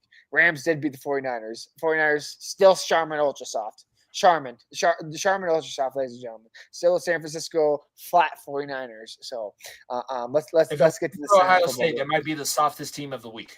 Well, they got Joey Bosa on there, or Nick Bosa on their team, so they're halfway there. So they already know about a little bit of softness on that edge. Yeah, no softness on the edge. Monday Night Football, or not Monday Night Football. The last game that we're talking about, the Green Bay Packers versus the Seattle Seahawks. Green Bay is 3-point favorite on the road. Seattle just took a big lead in their division. The Rams are right on their heels, so this is a very important game for playoff implications because also the Packers are chasing not only the Lions, but also the Vikings in their division. It's wild that the Packers have 3 losses on the season, and they're right now 3rd in their own division. That is hard to believe. The NFC North is the best division in football. And the Packers, except the Bears. Well, I mean, yeah. And you can't get 4 out of 4 really good teams. You got to get 3 out of 4 teams with double-digit wins at this point in the season. That's huge. Yeah. That's you can't. You really. I mean, Packers, Lions, and the Vikings have been playing such damn good football. It's not hard to believe at all. I'll dive into this game. Green Bay is a more complete football team. What they're doing, Josh Jacobs, right now, the past 3-4 weeks, Josh Jacobs is playing unreal football. He is running the ball so damn hard, and it was such an interesting conversation in the offseason where The Packers let Aaron Jones walk, and Josh Jacobs, who was coming off the injury from Vegas the year before, comes in, and people aren't really sure what Jacobs is going to do with this offense. Is Jordan Love going to be the air it out type of game? Are they going to run the football? This team has a true identity of just punch you in the mouth run a game. And they all love Aaron Jones, or not Aaron Jones. Yeah. They all love Josh Jacobs. Josh Jacobs, like Josh Jacobs is getting in the end zone 3 times a week, and everyone's like, "Fuck yeah, let's keep giving him the ball." He's their receivers leader. are even doing he's that. The guy. He's the guy that actually sets the tone. It's not Jordan Love. Jordan Love is taking a back seat, and he's like, I go back to the interview that Josh Jacobs gave after the game. I think it might have been the Thanksgiving game. He's like, "There's a reason I don't let you guys mic me up. I want to hear what he says on the field. I really want like 1 week where the NFL just goes totally, maybe the Netflix week, because I've seen some wild shit on Netflix. I would love Josh Jacobs mic'd up for 1 game. He has been so damn good. He's been so damn good for this team. And look, I have been very impressed with Seattle. Seattle continues to surprise me every single year. I'm like, they should start taking a step back with Geno Smith. Oh, the Tigers taking a step back because they're getting older. The defense keeps reinventing itself. Like the Broncos saw them week 1. I remember seeing like the Seahawks defense is the top 5 defense. Like they play hard. They run the ball well with Kenneth Walker and company. They still have 3 really, really, really good receivers.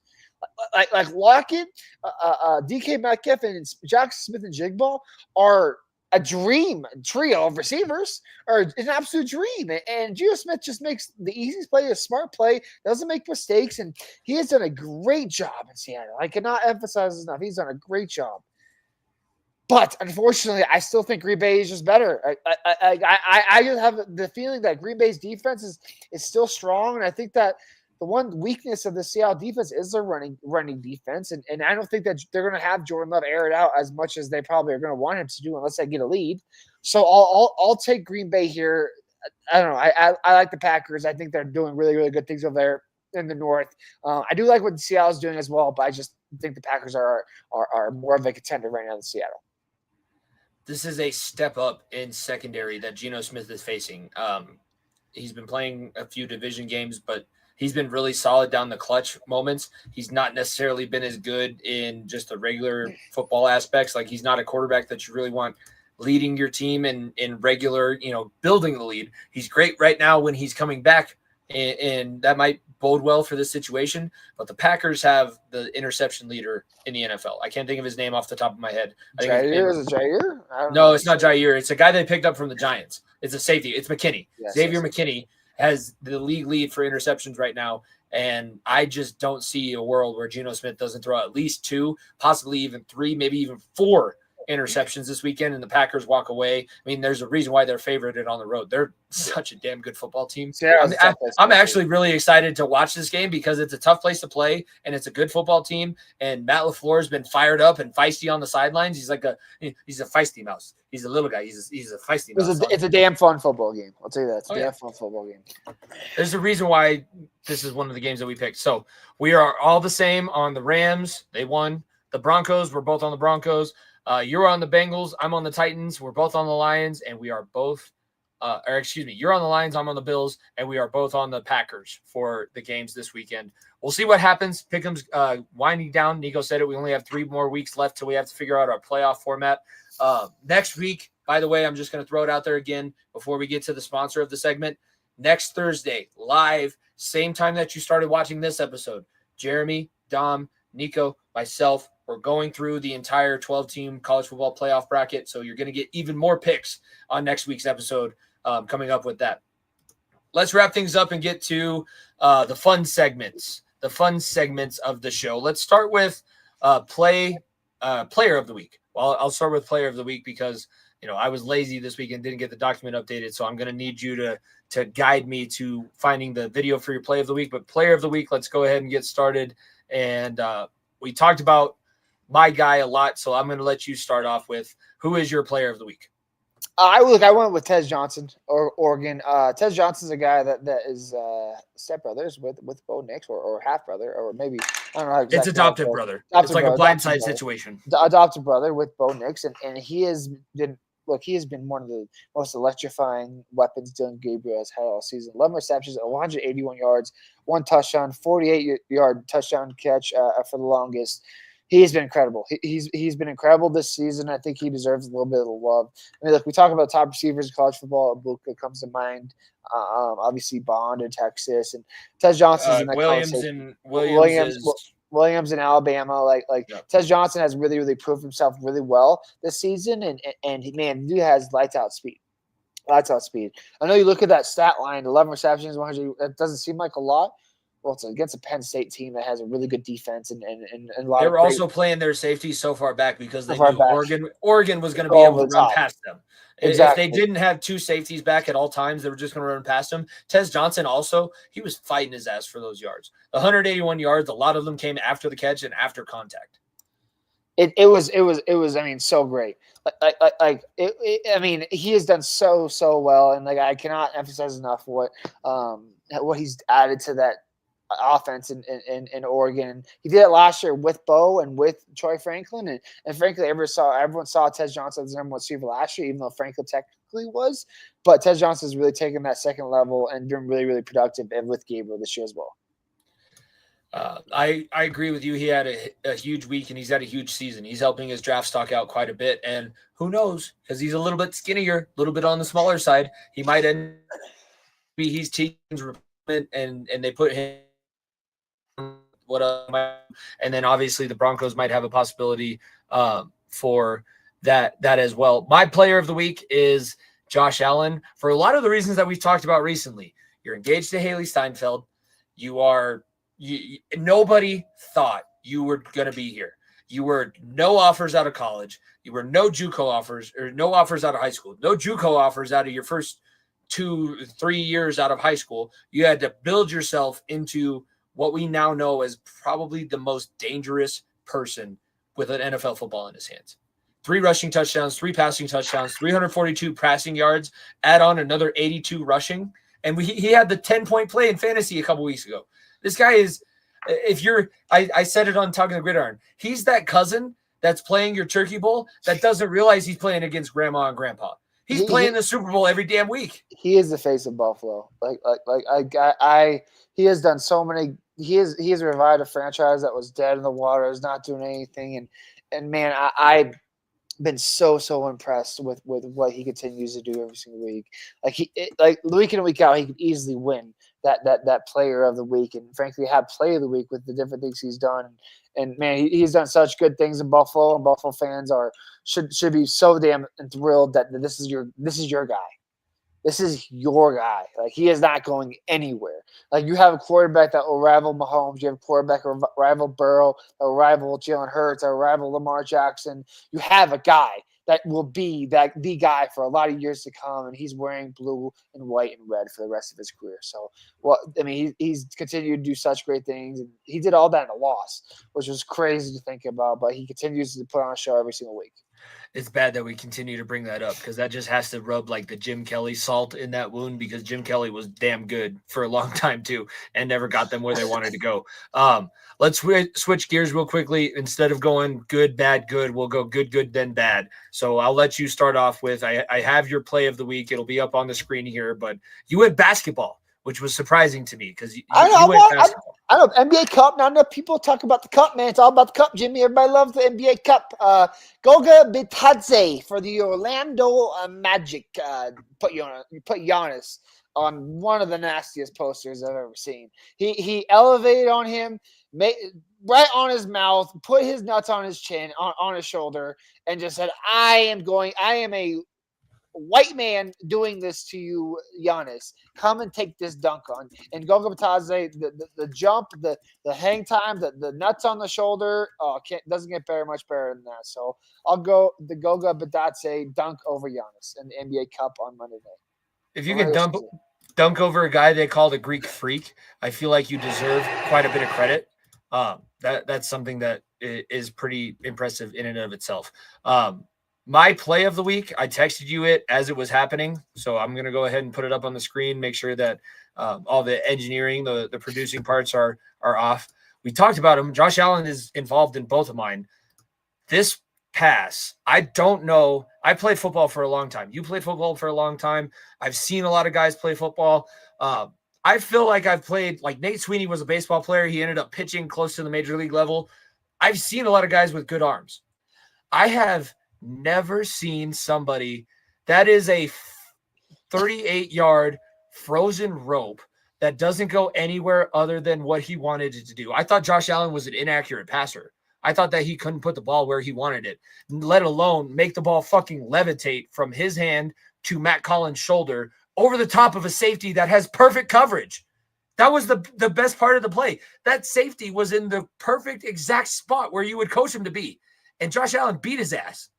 It was perfect. It was perfect coverage, perfect everything. Josh Allen was just more perfect. The dime to put it on the back shoulder like that, wide open. I mean, like I said, it was a walk-in touchdown, and he was literally face to face with his defender. So walk-in touchdown because of how perfectly placed that ball was. It was incredible. It was incredible.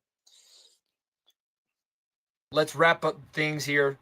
Bench warmer of the week, the bad of the week. We're going to introduce something either next week or maybe the week after. It depends on which episode comes out right before New Year's, where we'll have player of the year, play of the year, and bench warmer of the year. But for this week specifically, let's talk about who we have on our hot seat. My hot seat is Alabama football, which all of the reasons that we talked about. The fact that you have so many people coming around saying, oh, well, we'll just not schedule tough out of conference games.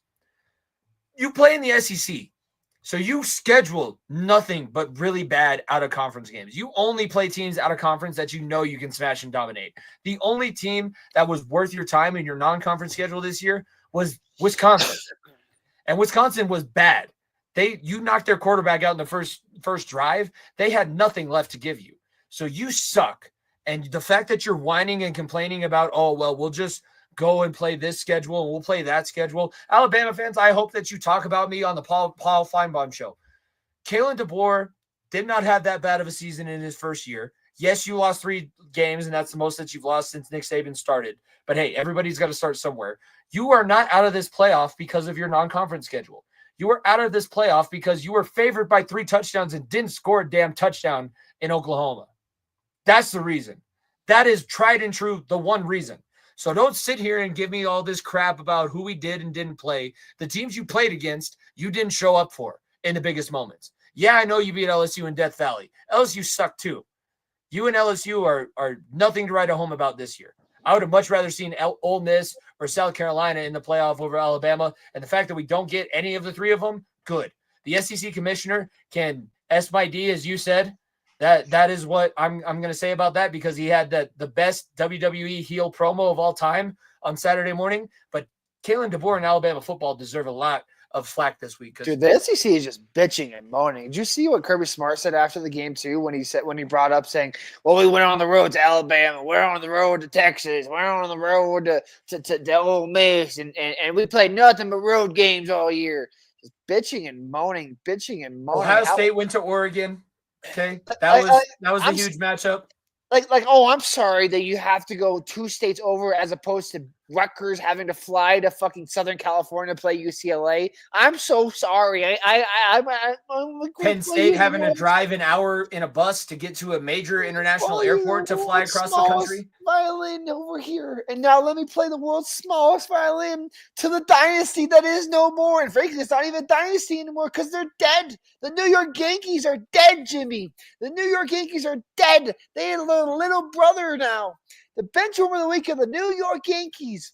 Not only did the Yankees lose their best player, or not maybe arguably best player, second best player with Aaron Judge, two in free agency because they couldn't pay him enough.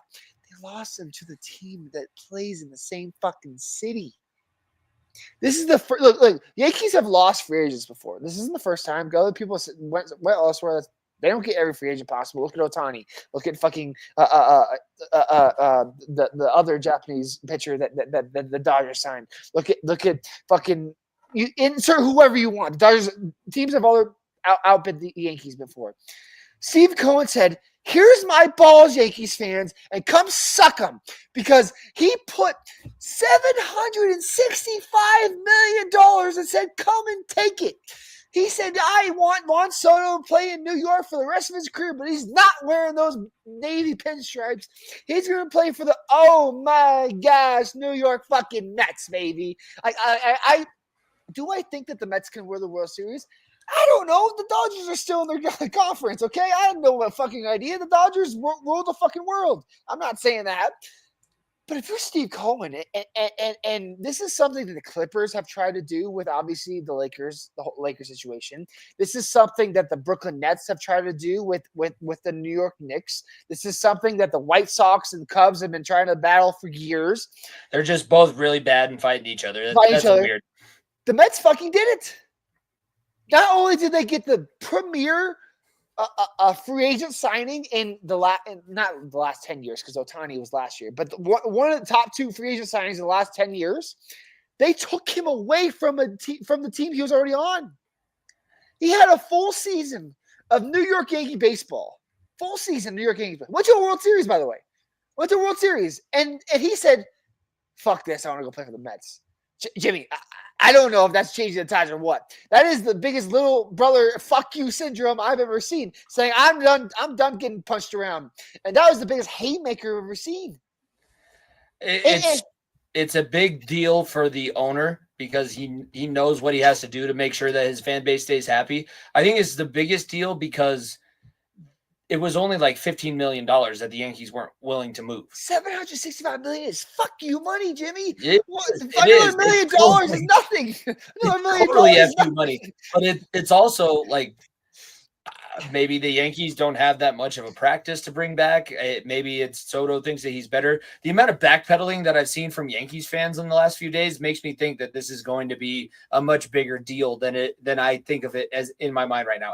As of right now, I'm like, okay, Juan Soto is an outfielder. He does have a very good bat, but is he really going to be able to drag a team as an outfielder because you don't get the ball hit to you all that much in baseball and everything like that? But then I think about it and there's got to be something. There's got to be something that the Mets have that nobody else has. I'll tell you what it is. It is an owner that is willing to pay literally an empty check because the Yankees have flat out. There's no salary. There's no salary cap. That's the funniest thing is I'm having. There's people out there seriously saying that would have been a bad deal for the Yankees. I'm sorry. How does that affect anything else? You know what I heard? You know what I heard is that Soto turned down a bag to go to the Mets and he doesn't care about winning. How many times have you gotten the free agent that turned down a bag somewhere that turned down the other team? He's not interested in winning. He's just all about the money. That's your brand. That's your team. It's literally the brand. And I think everything I've heard is like Steve Cohen put his balls on the table and said, "All right, Yankees, keep outbidding me. I'm going to keep going." I think he was near a point where he would have gone to 850 to 900 million, which is fucking insane. But because he's not as good as Ohtani, he should not be getting paid more. But at the same time, the Yankees didn't make the playoffs 2 years ago. Yeah. They were in the World Series last year, and that was a lot of the factor due to Juan Soto. No one out there they can get in free agency will touch fucking Juan Soto and what he did to that lineup to make Judge's life so much easier, to make Giancarlo Stanton's life so much easier. We'll talk a little about the baseball on the show, but I know baseball, and I know that Juan Soto can hit the ball, okay? And I know that they would not have gotten to the World Series without him. Cough, look at what they did against the Guardians in Game 6, where you had that homer in the 8th inning to take the lead and obviously get them to the World Series. Doesn't happen without Juan Soto. They gave all this up to Juan Soto, by the way. The Padres, let's not even forget about that. The Padres traded like Juan Soto away to the Yankees when obviously he was going to New York. That's not even a buck. He was gone. He was gone. They got rid of him one year earlier, and they got all these prospects from the Yankees, all these young guys that just walk in or are playing right away for the Padres, doing really well. The Padres look like it could be a team of the future. The Yankees did all that for, 1 year of Juan Soto, and then him saying a middle finger, he's like, fuck you, I'm going to the crosstown rival. That is, Jimmy, I've been on this earth for 27 years. Right? 27 years. We both been on this planet for 27 years. Not in my 27-year life had the Yankees ever been outbid by the Mets. Not in my look. I've only ever seen one little brother outbid another player for his likeness, and it was the Clippers for Paul George as opposed to the Lakers getting Paul George. And obviously it didn't work out for the Clippers because he ended up walking anyways because that was poorly because of the way they ran it. But look, the Mets were obviously one series away from the World Series. Lindor obviously has been the focal point of that offense. They have, I don't know if they're going to be able to re-sign Pete Alonso now, but they have a lot of great young weapons. They still have a great pitching staff. The Mets, like I said, in a division with Ronald Acuna, in a division with Bryce Harper, they just added the premier bat outside of Ohtani in baseball. Like and that he's is not that as is much of a defensive liability as people have been saying. He's he's also he's what, in- 27?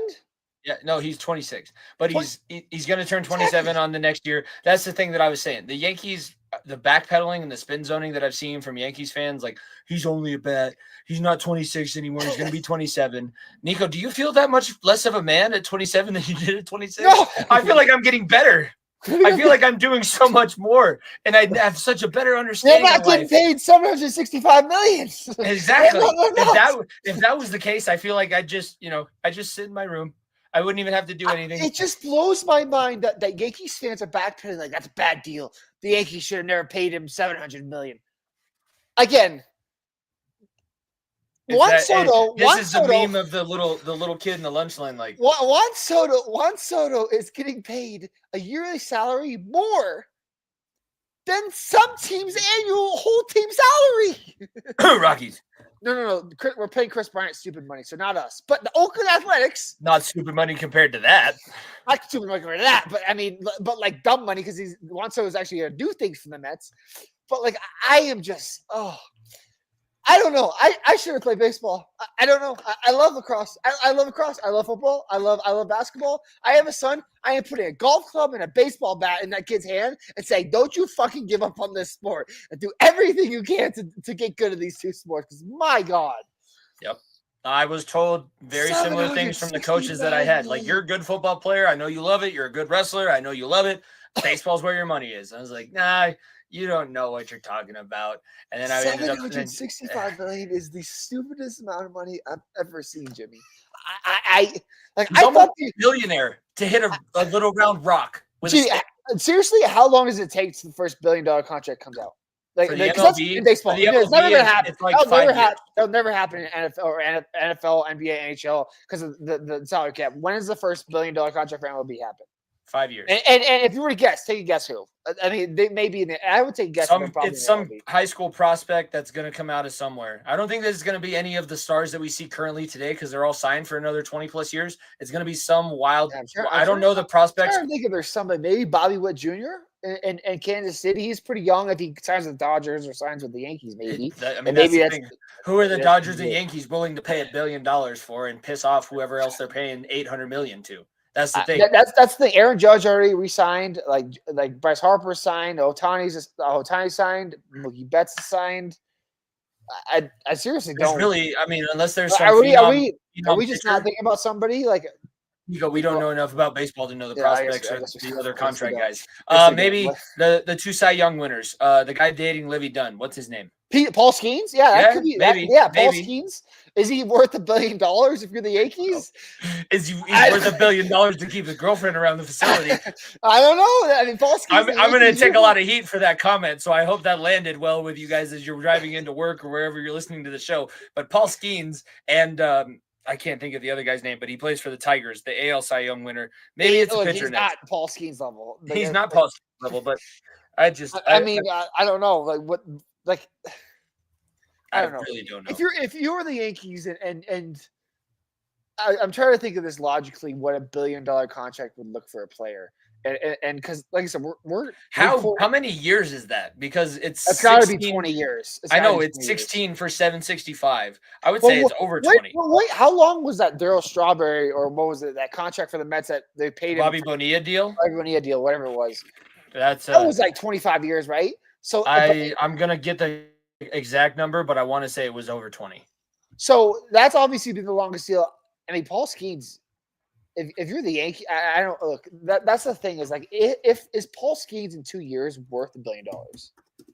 I don't know.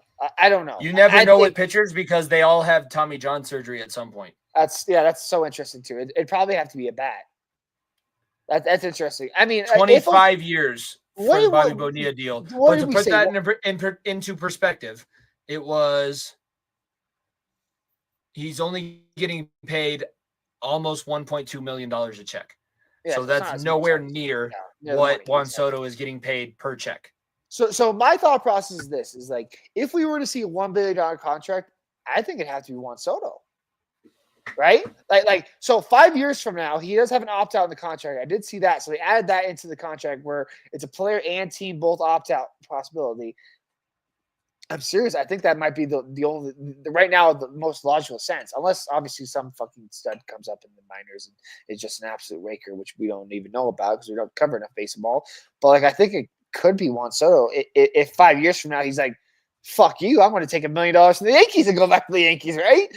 Like 5 years from now, he's 32 years old. The Yankees say, "Okay, come back and play for us, and we'll pay you 10 years for $1 billion."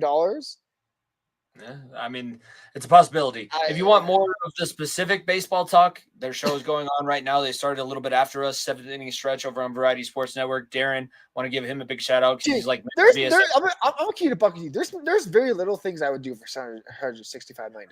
Like I'm just gonna put that out there. That is insane money. I'm not going to ask the question that flashed through my mind, but you can probably answer the question. Exactly. I'm not going to answer the questions either, but you'd rather take a wild guess what I'd do for $765 million. Okay? If you know the subtext of this conversation, you are rolling on the floor laughing at this point. But there is like that is literally 4 or 5 generations worth of money that I have an idea. Have to worry about. Let's think of one of the most wild things that we wouldn't do for the $765 million contract that will also add into the player of the year, play of the year, and bench warmer of the year. God, I don't even know if I could say it on the show. Probably like that'd be the only thing is I'd have to censor that out, bleep it out. I probably so we don't get demonetized, even though we're not making money currently. Like I really don't want to lose my teaching job exactly. So maybe we just save that segment and just hold on. Maybe you guys just think about it. Maybe you guys comment in on our video and you tell us what we wouldn't do for $765 million. But maybe not be so specific on the comments, so we don't also get banned for that portion too. So be careful. You do it in a way that follows YouTube's community guidelines. They say it every time before you comment. You have to follow the community guidelines, please. I think that's it. We're about to get into a really dark place. If we continue on with this show, we're already over 2 hours. Episode 210 of the Far End of the Bench podcast talked a lot about hockey going on, the Avalanche trades, basketball with Jimmy Butler, college football with the playoff bracket, NFL football with the pick'em. Everything is going. Busy time for us, and it's only going to get busier. Please, please, please, if you do nothing else that I tell you, and I tell this to my kids all the time, if you hear nothing else from my lecture today, listen to this. Watch the episode next Thursday. Watch how competitive this is going to be. This is bracketology from March Madness mixed into college football, which is what a lot of us, half of us are living for that are coming on this show. I know you and Jeremy love college basketball, but Dom and I love the fact that bracketology is here for college football because you two have lived through bracketology and Division II ranks, and we've been able to do that. And there's 24 teams in the Division II playoff. Exactly, bracket, no offense to Division II and Division III. Obviously, no one fills out Division II and Division III brackets that much. There are people. I'm not saying, but not as frequently. Not even me. Exactly. There's not as frequently as what we're going to see this weekend. It's going to be a lot of fun, is all I'm going to say. It's always fireworks when we have the squad on for college football pick'em show, and now we have a college football bracketology show. So it doesn't get much better than that. Year 5 of the bracketology show. Year 5. That's first bracketology, 5th year doing college football postseason. So I'm just excited that we're ready to start kindergarten with this thing, Nico. That's the crazy thing.